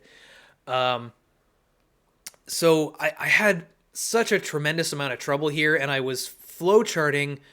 I wrote down like basically every possible lead he could go with that I was afraid of, and writing down what my response to it was. And I was kind of surprised to find myself doing this, because I went into this season thinking that I was gonna hang back a little bit and play a little bit more casually, and because I was still playing in 2 leagues at once, and I was just kind of busy more generally, and there was just something in this matchup that wouldn't let me do that. So I ended up building the kind of team that I thought he would have in Showdown, and I just used 2 separate browsers to play against myself with the team that I had built, and just figured out exactly how different matchups go if I make different decisions, and I flowcharted things that way, and it just I was going crazy. Like if I had hair, I'd be pulling my hair out trying to figure out how to beat this Rotom Heat in prep. It was just it was really, really rough. But I think my prep ended up paying off, even though there was a couple of things that happened that I didn't exactly expect. I didn't expect that the Rotom was just going to target straight into the Gourgeist slot. I didn't expect, honestly, I didn't expect Roserade to come out at all, so the Sleep Powder kind of threw a wrench in my plans, but, I was able to adapt and play my way out of it. But I've talked about the flowcharty nature of my team here a couple of times, at least over on Maxwell's channel, maybe a little bit in the server, but this is the week that I really credit for really making me realize just how flowcharty my team actually is, because I felt like I had to put in that much prep in order to beat the stupid Rotom, and it made me realize that my team is really good at thriving when I have that kind of prep put in, and I think that can benefit really any team, but mainly a lot of the combinations I go with really I went with here really benefit from that, and especially with the Clefable. Clefable just really helped my ability to flowchart well and figure out the optimal play against a lot of different matchups. So I started doing that a lot more after I realized how incredibly helpful it was in this matchup. The matchup was still bad. There were still things that could have gone wrong, but with the prep that I did and the flowcharting that I did, it just made me feel safer going into this match. I didn't feel safe. It just more safe than I would have otherwise felt. So it really unlocked my ability to flowchart with a lot of this stuff. But that also meant that I was putting a tremendous amount of prep in every week when I was doing that. Because, if you're just kind of thinking about things and looking at how things look on paper and kind of thinking like, well, in this matchup I could do this or that. It doesn't take as much work as it does figuring out, okay, what's the optimal thing that my opponent could bring? What are the leads that I'm afraid of? How do I, let me take the time to actually see how these different moves play out when I actually do them. It just takes so much more time and effort, and it was really it was really exhausting. But it paid off, not just this week, but in a few different places. So going into week 5, I'm not going to spend too much time on this one because this match didn't actually happen. I was mostly just disappointed that this match didn't happen because, for one thing, this was the time when some of my my lesser utilized Dynamax options would have had a chance to shine. I felt like Tsareena had a pretty good matchup here, especially if there was no Blaziken. Tsareena just kind of Dynamax Tsareena, especially with the Assault Vest, just ran through his team pretty well if there was no Blaziken. Especially if I was able to stop the Clefairy from redirecting. That's what the Imprison on Clefable is for. If I saw that he didn't have a whole lot of fighting types in Team Preview, then I was actually thinking about bringing Munchlax. Both Munchlax and Marowak had really good setup options, and they could Dynamax next to Clefable, and then I was going to bring out Gourgeist to set up Trick Room for them. Would have been a little bit difficult for Munchlax if he brought some of his fighting types, because he's got 3 of them here. But I figured if this was the time, if I was going to bring Munchlax at all, this was probably it, because I thought that his team was pretty weak to my Trick Room mode, especially with the Lightning Rod on Marowak, because mainly he's relying on the Palossand and the Pincurchin, but with Lightning Rod and Follow Me Unaware, those are not great options. Especially with the I will talk about the White Herb on Clefable a little bit, because you might be thinking, well, you've used Mental Herb a couple of times on Clefable. Do you have the right item there? Is it supposed to be a Mental Herb? No, actually, White Herb is actually my item of choice here, because I figured the only way he really had to remove my Clefable right, like straight off the bat, was if he led with the Palossand Exeggutor stuff and ended up going for an Acid Spray and a Max move into my Clefable, because I could redirect the Water Shuriken stuff, and even if it somehow got set up, then Clefable is going to ignore the boosts on Palossand, and he didn't really have a whole lot of like big steel attacks to throw my way. Worst case scenario is going to be like a Max Steel Spike from Terrakion or something. I may have calced that. I don't even know if it kills. I think I probably had a lot of defense investment in there, but the White Herb just gets rid of the special defense drop from the the Acid Spray, and then I can actually live a hit from the Palossand, because if I was leading Clefable next to either Marowak or Munchlax, it was really important that I was able to get my setup move off safely and still have Clefable there to redirect on turn 2. So that was kind of the one way he had to remove my Clefable immediately, so the White Herb was there to make sure that couldn't happen. Again, this game didn't get played. Nin kind of disappeared. I don't think we've we still haven't heard from him, but I got a free forfeit win here, just a 2-0 win with a +4 differential, and then I had no match in week 6, so that was a bye for me. So I have two transactions here that I'm taking before I actually play another game.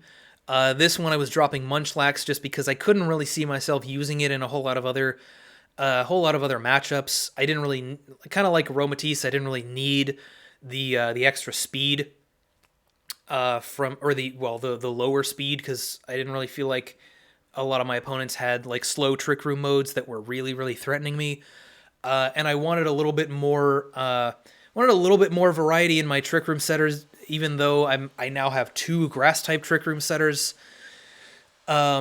This also provides another Grass type that I could use for when Tsareena is gone, because I knew what I wanted to trade Tsareena for, and it was not a Grass type. So I wanted to. I figured if I wasn't going to have a higher tier Grass type, I could have a couple options for a low tier Grass type with Gourgeist and Exeggutor here.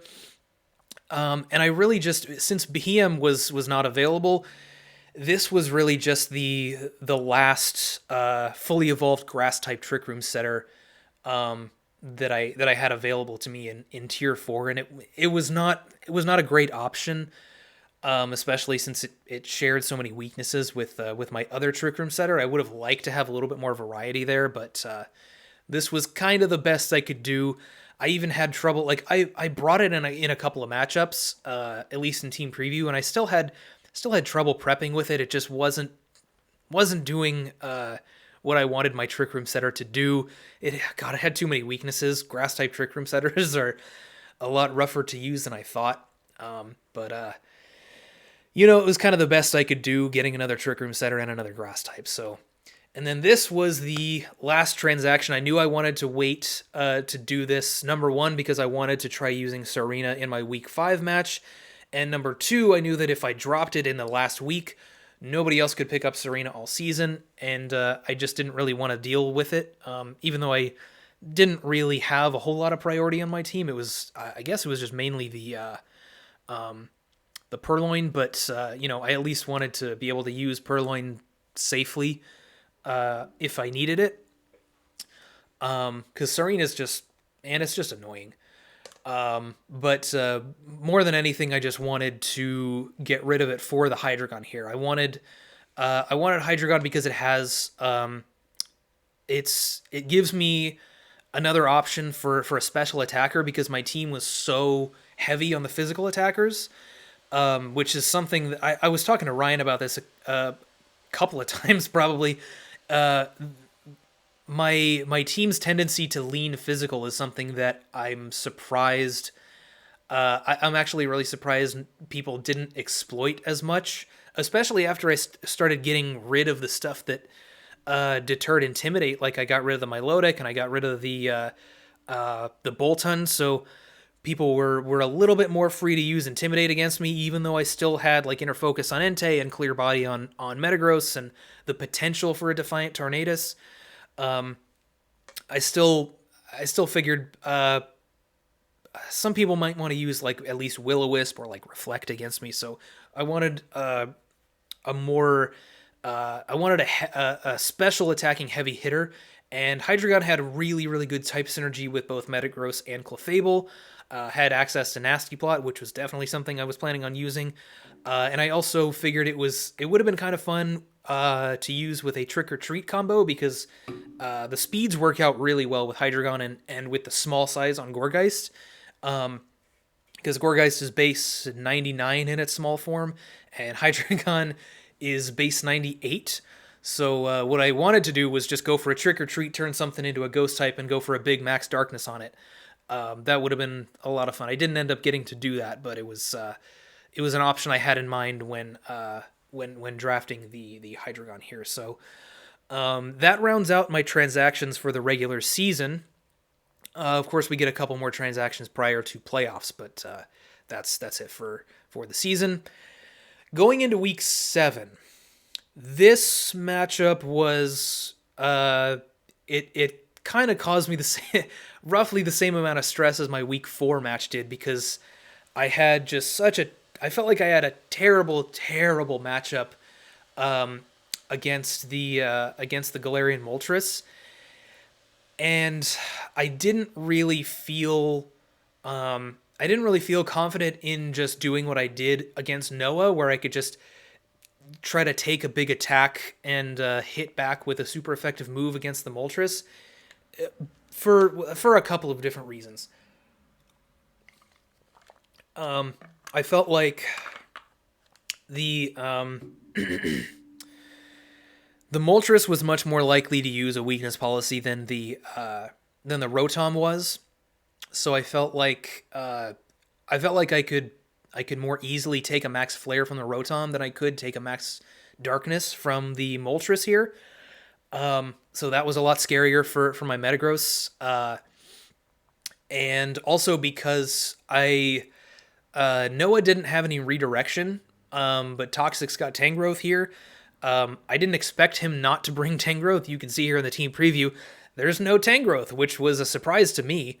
But I felt like I would have ended up just hitting into the Tangrowth, which was going to be able to, if it was built like physically bulky, it would have been able to take a Max Hailstorm just fine, and I didn't really feel good enough about my Metagross's damage output if I put safety goggles on it. So my sweeper of choice here ended up being Tornadus. I kind of wanted to use Defiant Tornadus here, but the calcs were just not working out. It was just not good. Even if I was going to boost with Bulk Up, it just wasn't enough. So this was another one of those games where I was really, if I had hair, I would have been tearing my hair out trying to figure out how to beat this goddamn Moltres. But my lead here, most of the time, was just this Clefable Tornadus thing with the Follow Me Nasty Plot. And this one actually was a lot easier than the week 4 matchup, because the Pokemon that I was really afraid of didn't come out as a lead at all, so I felt pretty safe in doing what I wanted to do with the Tornadus. I mostly felt like he ended up leading Urshifu game 1, which I felt like I needed to address the Urshifu immediately, because it was going to be able to do quite a bit of damage to my Clefable here, which only had a Mental Herb, and was, I think I built it more specially defensive. I don't actually remember, but there was potential for Urshifu to really mess up my Clefable. Especially before Moltres came out, I wanted my Clefable to stay healthy for when Moltres came out. So I ended up maxing just straight out of the gate game 1, which he didn't expect at all. This worked to my advantage, because most of the time I'd been using Tornadus just as the typical kind of Tailwind bot that you would usually expect, with a little bit of offense here and there. But it was my number 1 max option this time. I did have, of course, I had this Trick Room mode as a backup option, which I actually felt fairly confident about, but it didn't end up coming because it just didn't really need to come. Oh yeah, and I have Giga Impact on here, mostly just to do as much damage as I could possibly do to the Urshifu, which is interesting, but. Yeah, the Entei actually turned out to be pretty clutch here as well in the late game, but didn't need the Trick Room mode. The Tornadus stuff turned out to do well enough, and I had Focus Blast for Max Knuckle against the stack, which really helped because he maxed the stack in game 1, and then in game 2 again he didn't end up leading Moltres, so I was able to, I don't remember what he led, but I was able to pretty safely go for a Follow Me Nasty Plot.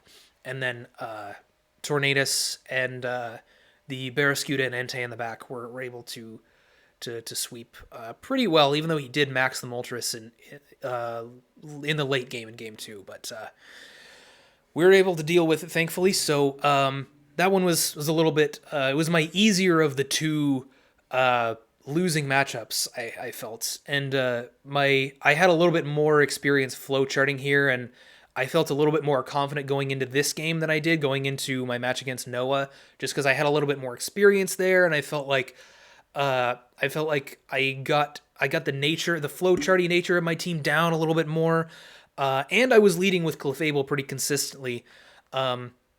Even sometimes when I was going with the Trick Room mode, I was going to lead Clefable next to either Exeggutor or Marowak. And flowcharting when you have Follow Me there is a lot easier. You just have a lot of safe plays. So then going into week 8, this one wasn't entirely a real match. Ryan and I kind of talked about whether we wanted to play a real game or more of a meme game, and we both decided we weren't gonna prep for each other the way we would for a real game. He was bringing more meme stuff. I couldn't really figure out some meme sets that would actually have a reasonable shot at winning. So I kind of just threw some stuff together with kind of the most standard mode that I had for my team. So I just went with exactly what I drafted a lot of this stuff for. I just went with like the standard VGC set on the weakness policy Metagross with the Iron Head, Ice Punch, Stomping Tantrum. I did the Assault Vest Entei stuff with Bulldoze next to Metagross, which of course was something I had planned on since I drafted Entei. Went with a pretty standard Tornadus here with just the Tailwind, Brutal Swing, Taunt, Air Slash. Most of this stuff was pretty standard. The only non-standard thing here was my Trick Room mode. I did actually have Bulldoze on Exeggutor just in case I wanted to do some cheeky shit with Metagross and Trick Room, and also just to give me an extra way to activate the Metagross. And I also this was kind of the one meme thing that I was trying to do. I had Gravity on Clefable so that inside of Trick Room, and I made sure my Clefable was min speed. It was slower than my Exeggutor, even though its base speed is actually higher. I messed around with the IVs a little bit, so my Clefable would move first in Trick Room so that I could go for Gravity Sleep Powder for 100% accurate Sleep Powders, or Gravity next to Marowak for 100% accurate Rock Slides and Bone Meringues, and Bone Meringue would then be able to hit Togekiss as well if I really needed it to.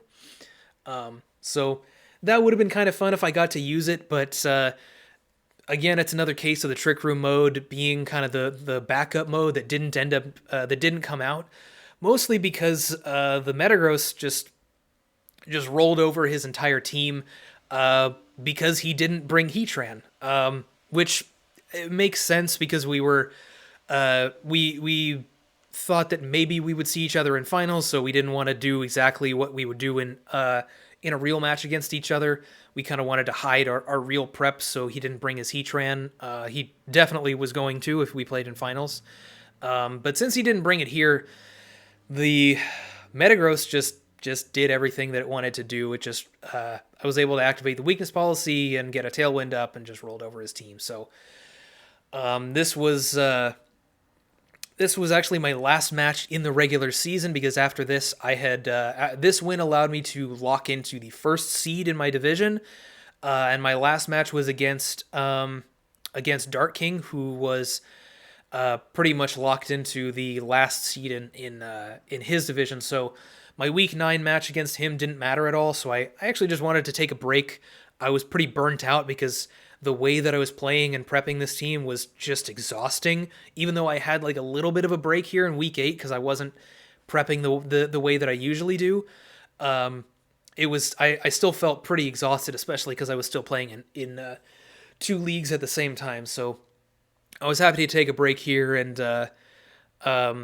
just nestle myself into the first seed in my division there. So That moves us into the playoff transactions. Like I mentioned, Dark King kind of sniped this Beheeyem from me during the original draft, and he didn't do so hot in the regular season.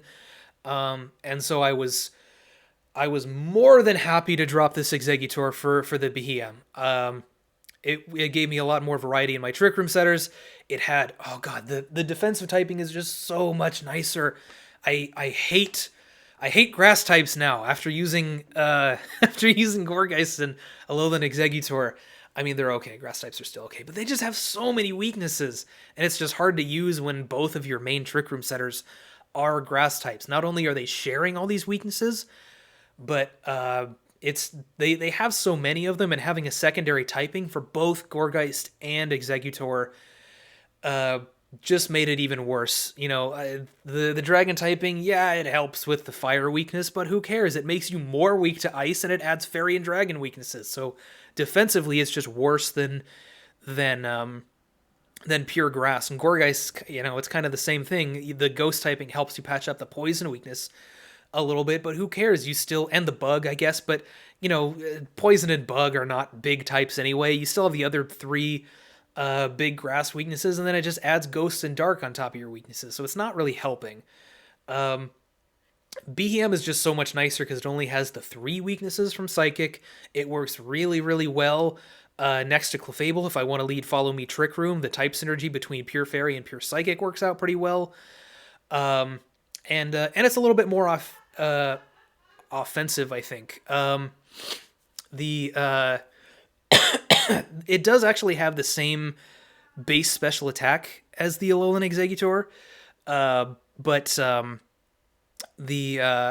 I felt like it was more of a Dynamax option just because it could take advantage of Expanding Force, which I actually put on it in my finals match, although that was more just because Maxwell had Indeedee, but yeah, it's slightly better in a lot of different ways, and I was very happy to use it instead of Exeggutor, because Exeggutor was hard to use, even though it was part of some of my game plans. Beheeyem was just so much better. My other playoff transaction, I was hoping that Noah was going to beat Burst. Part of me was hoping that Noah was going to beat Burst, because I wanted to drop the Boltund for Mienshao. But of course, Burst ended up winning. I played him in my first round of playoffs, so the Mienshao was not available. So I ended up just dropping the Boltund for Jolteon. Boltund was not nearly as good as I thought it would be on paper. It's good as a fast support Pokemon, but it's tough to use, especially when your opponent has redirection and they can just redirect all of your attacks. And Jolteon was better because it was, first of all, more offensive. It's got a base 110 special attack, whereas both of Boltund's offenses are base 90. It has a lot of the same supportive options. They're just kind of different. Like instead of for damage mitigation on the special attacking side, instead of going for like an Eerie Impulse or a Snarl, it's got Light Screen. For speed control, it has Thunder Wave instead of Nuzzle, which admittedly is not as good, but it also has Yawn, which Boltund doesn't have, so it can still be some kind of a fast support Pokemon, but it also has usable offense. So I figured it was kind of just a minor upgrade from Boltund, honestly. So so that was that. A little bit disappointed I couldn't get Mienshao, but turned out okay.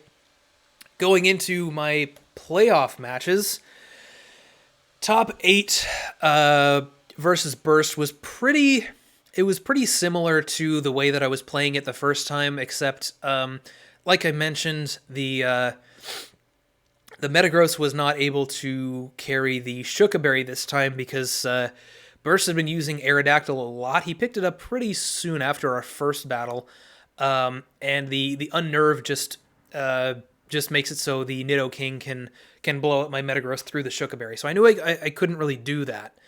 So I led my Metagross next to Clefable in most of my game plans here. That was actually the only one I ended up needing to do. So I felt like Life Orb Metagross had enough damage output to to do everything that I needed to do.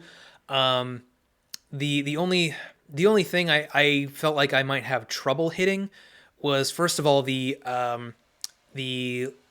Latias. I was a little bit concerned about because I decided not to go with Ice Punch, but I figured a Life Orb Steel Spike was going to be good enough anyway. It's going to do a lot of damage. I also had the option to switch over to the Hydreigon mode.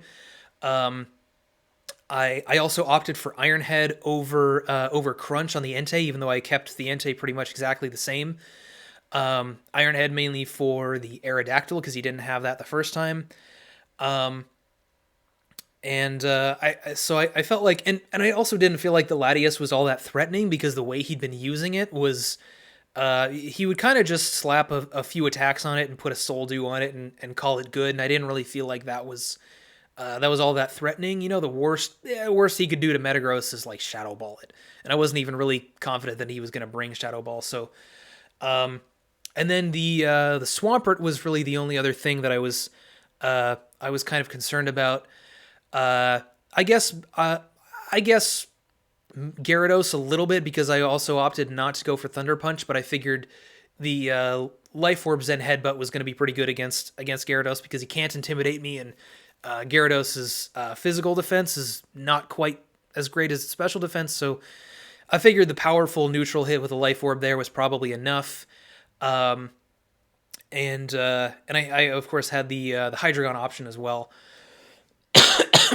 So this one was a little bit weird for me because there were some options that he had that were really, really terrifying me. I guess I'll say what they are now.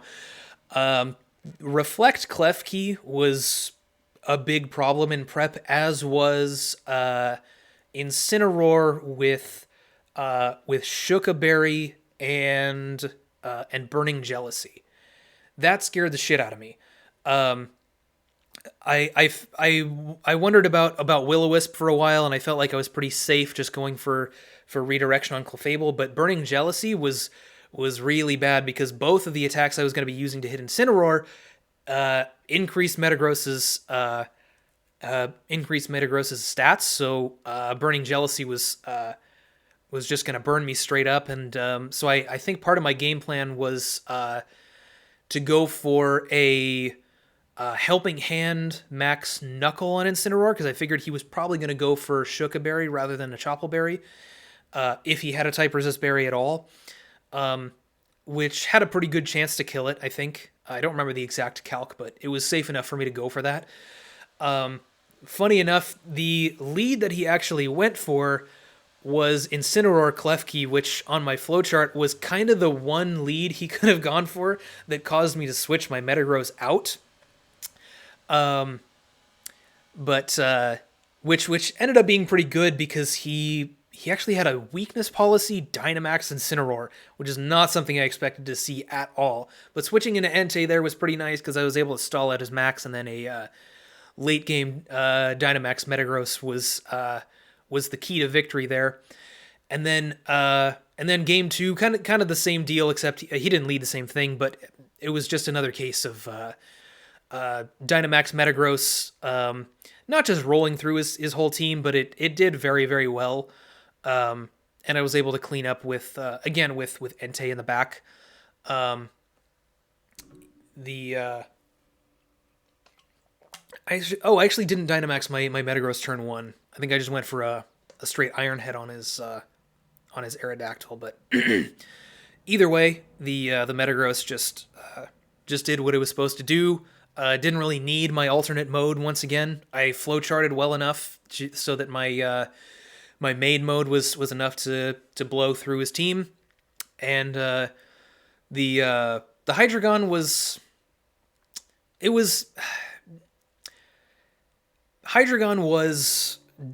difficult to. It was more difficult to use than I thought. I figured it's got a 4 times weakness, but a lot of the time you can just redirect a Nasty Plot, and the 4-time super effective hit will just go into your Follow Me Pokemon or your Rage Powder Pokemon. Hydreigon is a little bit more difficult to do that with because there's this little move called Dazzling Gleam, which is very ubiquitous among Fairy-type Pokemon and even a lot of other types. So it's a little bit difficult to just use Follow Me Nasty Plot stuff when there's a Fairy-type on your opponent's team that could just hit the field and click Dazzling Gleam. And I noticed when I was doing my prep for Burst, because every single week I was doing really, really hard prep against all of my opponents. I was watching all of their matches. I was taking note of everything they had used, and I noticed Burst every time he brought Klefki. I'm pretty sure he had Dazzling Gleam on it every single week, which is honestly probably a good decision. I don't often like having a Pokemon that just has all status moves and can't do any damage, and I say this with a Clefable on the screen that just has Protect, Follow Me, Sing, Helping Hand. But typically, that's I think it's better to have an attacking move on a more supportive Pokemon. So I think it's a good call from him, but it was just very, very difficult to be able to lead Hydreigon and Clefable when he could just toss Klefki out and just go for Dazzling Gleam right off the bat. And I wasn't really comfortable just taking the Dazzling Gleam and Dynamaxing at the same time, because for a lot of my calcs, especially against a Dynamax Assault Vest Swampert, which he actually did end up bringing, I kind of needed both the boost from Nasty Plot and Weakness Policy to properly take care of some stuff like that. So I wasn't super comfortable just Dynamaxing straight up, taking a Dazzling Gleam, and then getting the boost, although that was an option that could have worked. So that was one of the downfalls of Hydreigon. That's why it seemed like it might have been a little bit underutilized on the draft.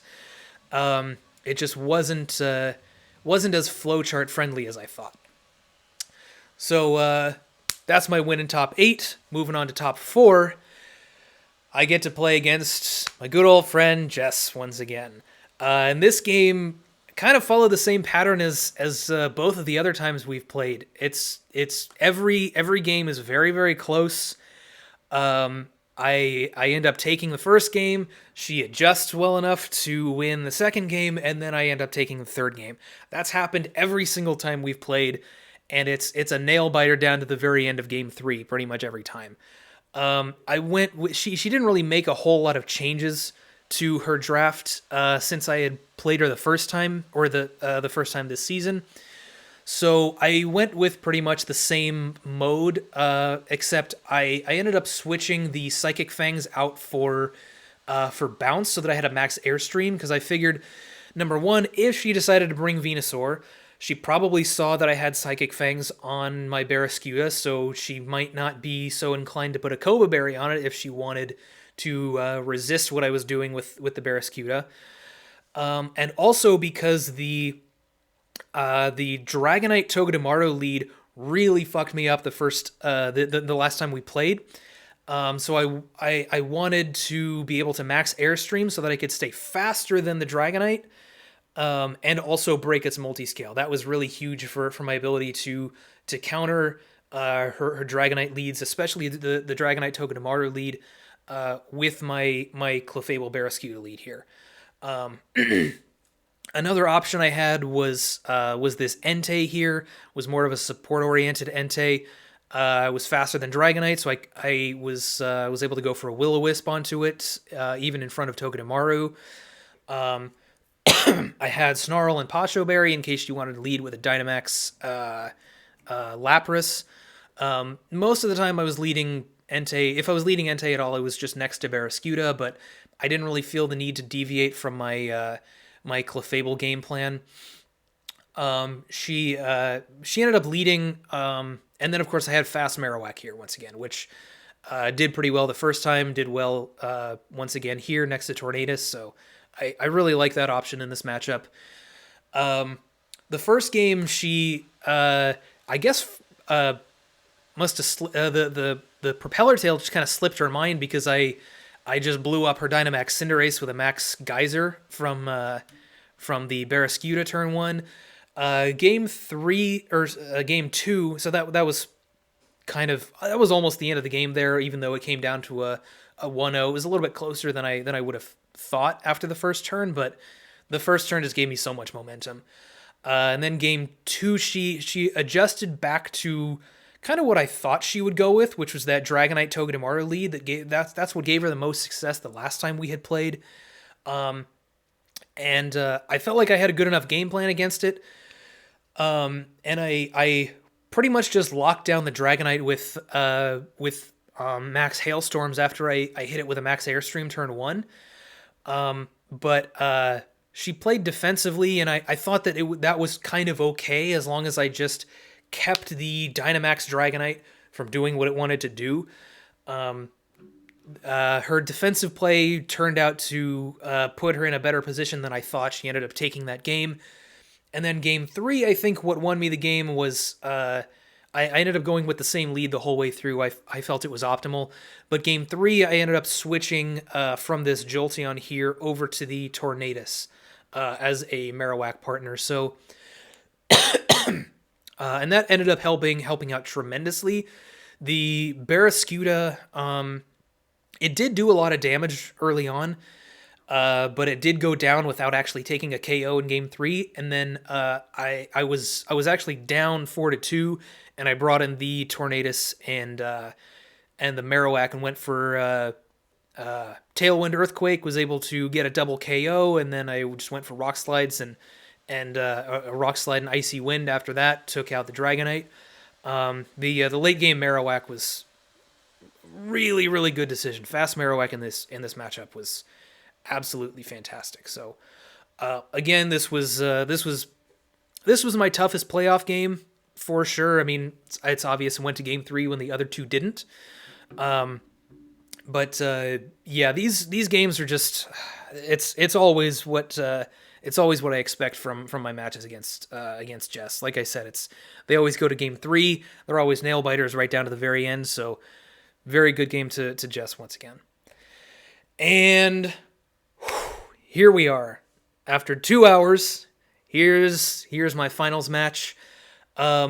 This game kind of followed the same pattern as a lot of my other games. I had one mode that I thought was really optimal, that I went with and flowcharted with it really, really well, and that mode alone ended up winning me the whole set. So the mode here was the Nasty Plot Hydreigon paired with the Follow Me Clefable. Before I really started prepping and like putting things down on paper, I kind of thought that I could have just gone with the same lead that I did against Jess with the Barraskewda Clefable up here, but as I started flowcharting a little bit, doing some practice games, I realized that was not nearly as powerful as I thought it would be.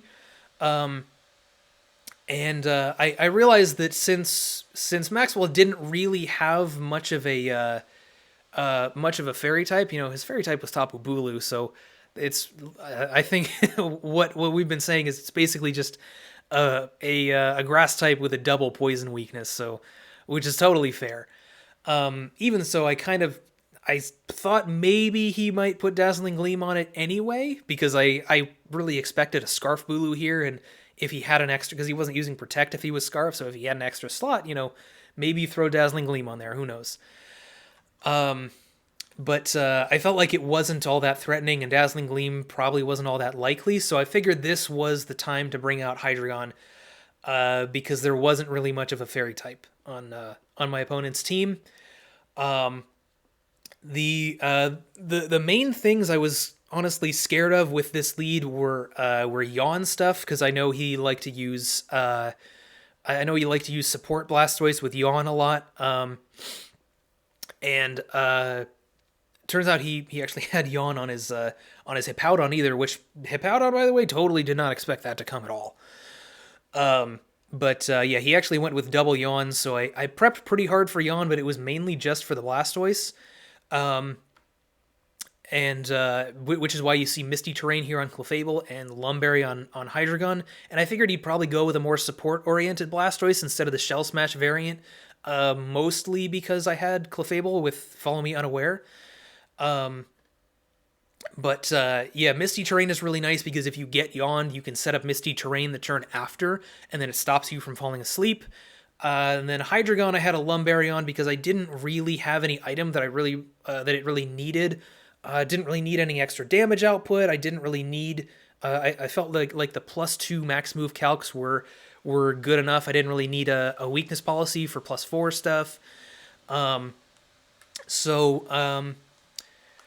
The Lumberry was really just there because it was my only Dynamax threat that was not touching the ground, so it can't benefit from Misty Terrain, so I just put a Lumberry on there in case it got Yawned.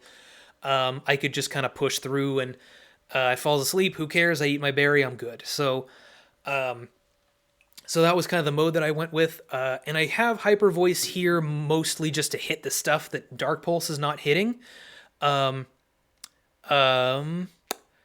Oh, and well, the other thing I was kind of worried about with this lead was a physical Thundurus, but I figured with Clefable I was probably safe enough, and I also thought that if he was going to have any amount of decent damage output with a physical Thundurus, he'd probably want to go for Life Orb, actually the lead he went with in Game 1 with Indeedee Thundurus was actually one of the things I was most afraid of.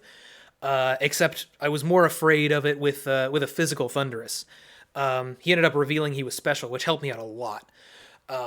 But with a physical Thundurus, I knew that there were some not so friendly things he could do.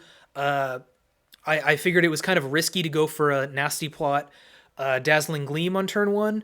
But I figured he probably wouldn't want to go for a Max Knuckle because he's going to be expecting a Follow Me. And he might not want to fake out the Hydreigon because there's the threat of me Dynamaxing it. So it was a little bit of a gamble going for Nasty Plot and Dazzling Gleam turn 1, but I mostly just wanted to get some chip damage on the Thundurus to put it into +2 Max Darkness range, and I also wanted to get rid of the Focus Sash on Indeedee. Because the physical Thundurus was really terrifying with this Hydreigon mode because both of my max moves were going to end up activating Defiant, which would have been not so great. But I think really what my play was after that turn 1, if the Thundurus had gone for, let's say, an attack into Clefable, like a Max Lightning into Clefable or something, then I'd be able to just regular Dark Pulse the Indeedee the next turn, and then it was hopefully going to take enough chip damage from the Dazzling Gleam and from the Life Orb to for Max Darkness to be able to take it out. But still, it was, not the greatest situation, but when he revealed Substitute, I figured, okay, that probably means he's Prankster, which is fantastic for me. And I put Hyper Voice on there really just to hit, for one thing, for speed drops, because I wanted to drop the speed on a potential Shell Smash Blastoise. I wanted to drop the speed on a potential Choice Scarf Bulu, and it was just a +2 Max Strike was hitting stuff that resisted Dark pretty well, except for the Lucario, which I didn't really expect to see anyway. So the fact that I used Hyper Voice over Hyper Beam was, and the fact that Hyper Voice goes through Sub was really just a happy accident. I was really excited to see Sub, not only because it meant that he was probably special instead of a physical Defiant variant, but also because I knew, okay, Hyper Voice goes through this and it ignores Follow Me, so I can just Hyper Voice away, and that was my ticket to a very, very clean game 1. And then of course I have the Tornadus and the Barraskewda in the back. The Marowak and Beheeyem were there was another Trick Room mode I had that just didn't end up coming because it didn't need to. Tornadus just had a lot of different coverage that I wanted to use. I was still kind of afraid of Blastoise, so I put a Grass Knot on it, Sludge Bomb just to make sure I'm one-shotting Bulu, and then Air Slash because Stab hits Urshifu, and then the Barraskewda. It did have Bounce because it was potentially a Dynamax option, but I wasn't really expecting to click that move at all. Whether because I didn't really think I was gonna max it, but it was an option. And then I had Liquidation just because it's solid damage, stab move, and then Poison Jab for the Bulu. And the substitute was actually an idea that I had taken off of my my VGC Series 8 team because I was actually using substitute on my Calyrex Shadow, mainly for opposing Urshifu, which you can see here. There's an Urshifu single strike on the other side of the field. So, and if he had any kind of a boosting item, because I know he's used Choice Band in the past, he ended up using Life Orb here. I don't know if I think he may have used that once before this match, but in any case, Choice Band Sucker Punch was gonna spell bad news for Barraskewda since it's so incredibly frail. So Substitute is a really nice way to kind of counter that.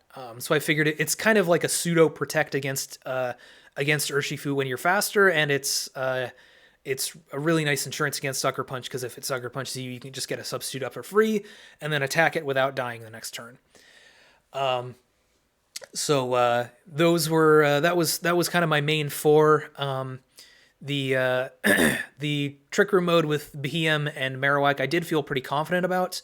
There was I was more confident that I was gonna bring it here than I was in a lot of my other matches.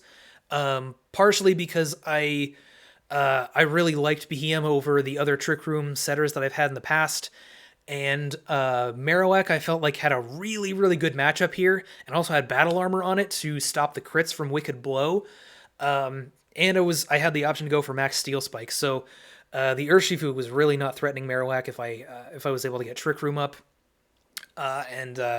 Those Marowak was also my main max option with with my Trick Room mode as well. Beheeyem, I guess, could have maxed. It was able to set up its own Psychic Terrain for Expanding Force if Maxwell happened to leave Indeedee on the bench, but it wasn't very offensive. I did have some investment in special attack, but I had a lot of defense investment with the Colbur Berry just to make sure that I could survive a Choice Band Wicked Blow from Urshifu, just in case he led with like Blastoise Urshifu and went for Fake Out on my Clefable and Wicked Blow onto my Beheeyem. So I was still going to be able to get Trick Room up if he did that. So ended up winning this with this set 2-0. First game was pretty clean, mostly because of the Hyper Voice and the fact that the Thundurus was special instead of physical. I like his adjustments game 2. Ooh, excuse me. I like his adjustments game 2 with the Bulu. He had me really questioning whether he was Choice Scarf, but I really like the play to max the Bulu even though he was Choice Scarf, because against a Hydreigon and Clefable, you probably want to be using those hard-hitting grass attacks to blow up the Clefable, but then if you're choice locked into one of those, then you can't use your Mega Horn, which he ended up having over Dazzling Gleam, which was kind of cool. Then you can't lock into your Mega Horn, and then if you lock into your Mega Horn to try to hit the Hydreigon, then you're just going to get redirected into Clefable. So I do like the move switching there, or the Dynamaxing just to make sure he can switch his moves there with the Fake Out on the Blastoise. I just made sure to play super safe there. Double protecting turn 1. I made sure to get 2 nasty plots off so that I could counteract the drops from Max Bug so that I could still be at +2, because all of the important damage calcs were with +2 Hydreigon. And his Max Quake on turn 2 also kind of threw a wrench in my plans a little bit, because it threw off some of my calcs, because again, +2 was the place to be, not +2 versus +1. But the Hydreigon and the stuff in the back was still enough to pull out this game. So that's my season. That's won my finals game. And just final thoughts here. I first thing is I am the season 2 MDL champion, which feels so good. And I feel so exhausted after playing through this season, just because of how hard I worked and how much I flowcharted and how I practiced against myself and built teams that my opponent might have, and there was it was a lot of work. So, which is one of the lessons that I took away from this season. I'll start at the top here actually with the trade-offs and opportunity costs. There were a lot of things that I wanted to do with my draft. I think I'll use Defiant Tornadus as an example. Defiant Tornadus was one of the things that I wanted to use on Tornadus that I felt like was really underutilized. Well, not underutilized, but I think it kind of flew below the radar. I thought it was a really good option that people might not have been expecting, because it's not really a thing in VGC, because it's just not optimal when you have the option to go for Tailwind stuff, and you have the option to use Thundurus as a Defiant user instead, which admittedly is a better Defiant user. But it's interesting when you look at options like a Defiant Tornadus, or like, you know, if somebody's going to tell me about, like, I don't know, Jolteon is really good in VGC Series 7 as like a fast electric type special attacker. Those are situations where, like, you have to understand what you're giving up if you're going to use a Defiant Tornadus, or if you're going to use a Jolteon in Series 7, because first of all, a Jolteon, if you're using it in Series 7, you're giving up the chance to use a Tapu Koko. And if you're just using it as a fast, you know, Dynamax option, special attacker, whatever, the alternative that you're giving up is probably better. And the same can be said for something like for a different mode that one of your Pokemon can switch to in a draft league. If I'm using Defiant Tornadus, I'm giving up my main form of speed control. I'm giving up one of the best things Tornadus can do, which is that prankster Tailwind. It's just so powerful, especially with the dynamic speeds in Generation 8. And it's not that Defiant Tornadus is bad. It's just that when you're giving up something else that good, it's almost never worth it. So, I think that was a really valuable lesson to learn, because I've looked at a lot of Pokemon that have this one specific mode that's really, really good, but it has other stuff that it can do, and I'm just kind of thinking, like, before I would have thought, like, all right, well, let's draft this really versatile Pokemon because it can switch modes and it's pretty good at doing this other stuff. But when you're giving up the one thing that it does best, it's not always worth it. And, you know, some Pokemon can switch modes really easily, and if it's on the right draft, it can give up the thing that it does best. I've used Grimmsnarl in draft before, and giving up the prankster Grimmsnarl to go with a more offensive version. It really can work if you have other things that are going to pick up the slack there, and I wonder if that might be possible for Defiant Tornadus on another draft. But there's very little that's going to be as powerful as a prankster Tailwind and still fill the same niche. You know, if you have a Whimsicott on the same draft, then great, but that would seem a little weird to me. I wouldn't recommend doing that. So that's a big lesson I learned here. So it's looking at other Pokemon in the future. I really it helped me see that some of these other modes that you might not expect from certain powerful Pokemon might not be as usable as you think, but maybe they will be if you have enough stuff on your draft to pick up the slack that you lose from taking away that main mode from that specific Pokemon. I would get a little bit more specific about that, but that would involve that would involve going into more specifics about my draft plan for Season 3, which I'll talk about a little bit, but not going to go into too much detail. The second lesson I learned is that flowcharting is incredibly powerful, especially if you have the right team for it, which I absolutely did. But holy shit, is it exhausting. If you really do it right and you're very thorough with it, it will absolutely win you games, but it's so time consuming and it's so exhausting. I don't know if I want to do that again. I've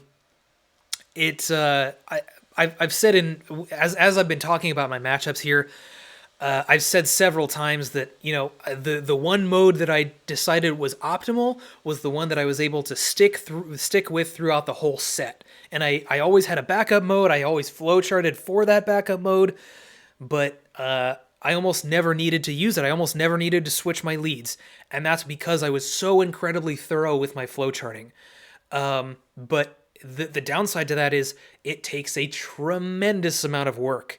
And I don't think I want to do that again because it was so incredibly stressful to just, I was racking my brain trying to figure out, okay, what's the thing, like the number one thing that my opponent could do to beat what I'm trying to lead, and what do I, how do I adjust? What do I do against that stuff? And it was just, it was very, very exhausting. So, going into Season 3, that's one of my plans for Season 3 is to probably not do that as much, which admittedly is going to mean that I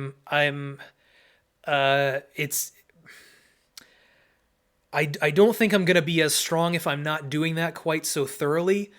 But I also feel like that's okay now that I've won a season. I'm pretty okay with not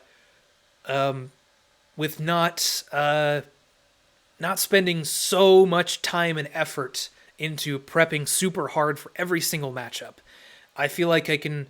I'm still gonna do my best. I'm still gonna make a good draft. I'm still, I'm still gonna play, and I would like to win again. But I feel like I don't really have anything left to prove after taking this win. So I feel like I can take a little bit easier, and I don't have to kill myself as much as I did this season.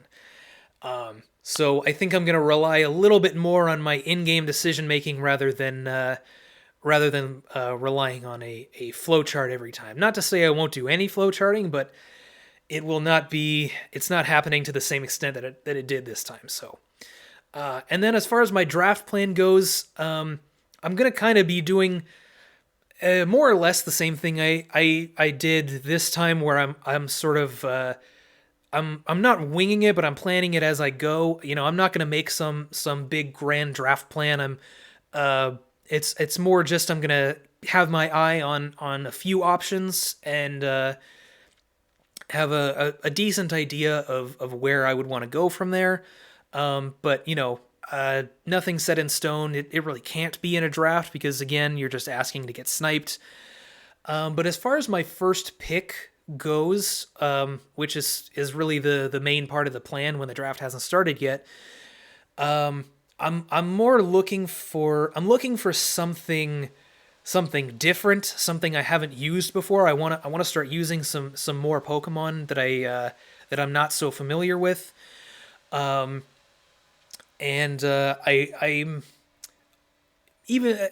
also looking to kind of unlock some new modes on Pokemon that I feel have been underutilized in draft, at least as far as I've seen.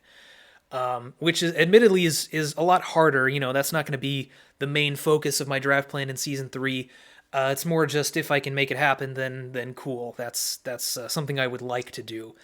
But more than anything, I'm looking for stuff I haven't used before. That's not to say that I wouldn't pick any of the same Pokemon that I've used in past seasons.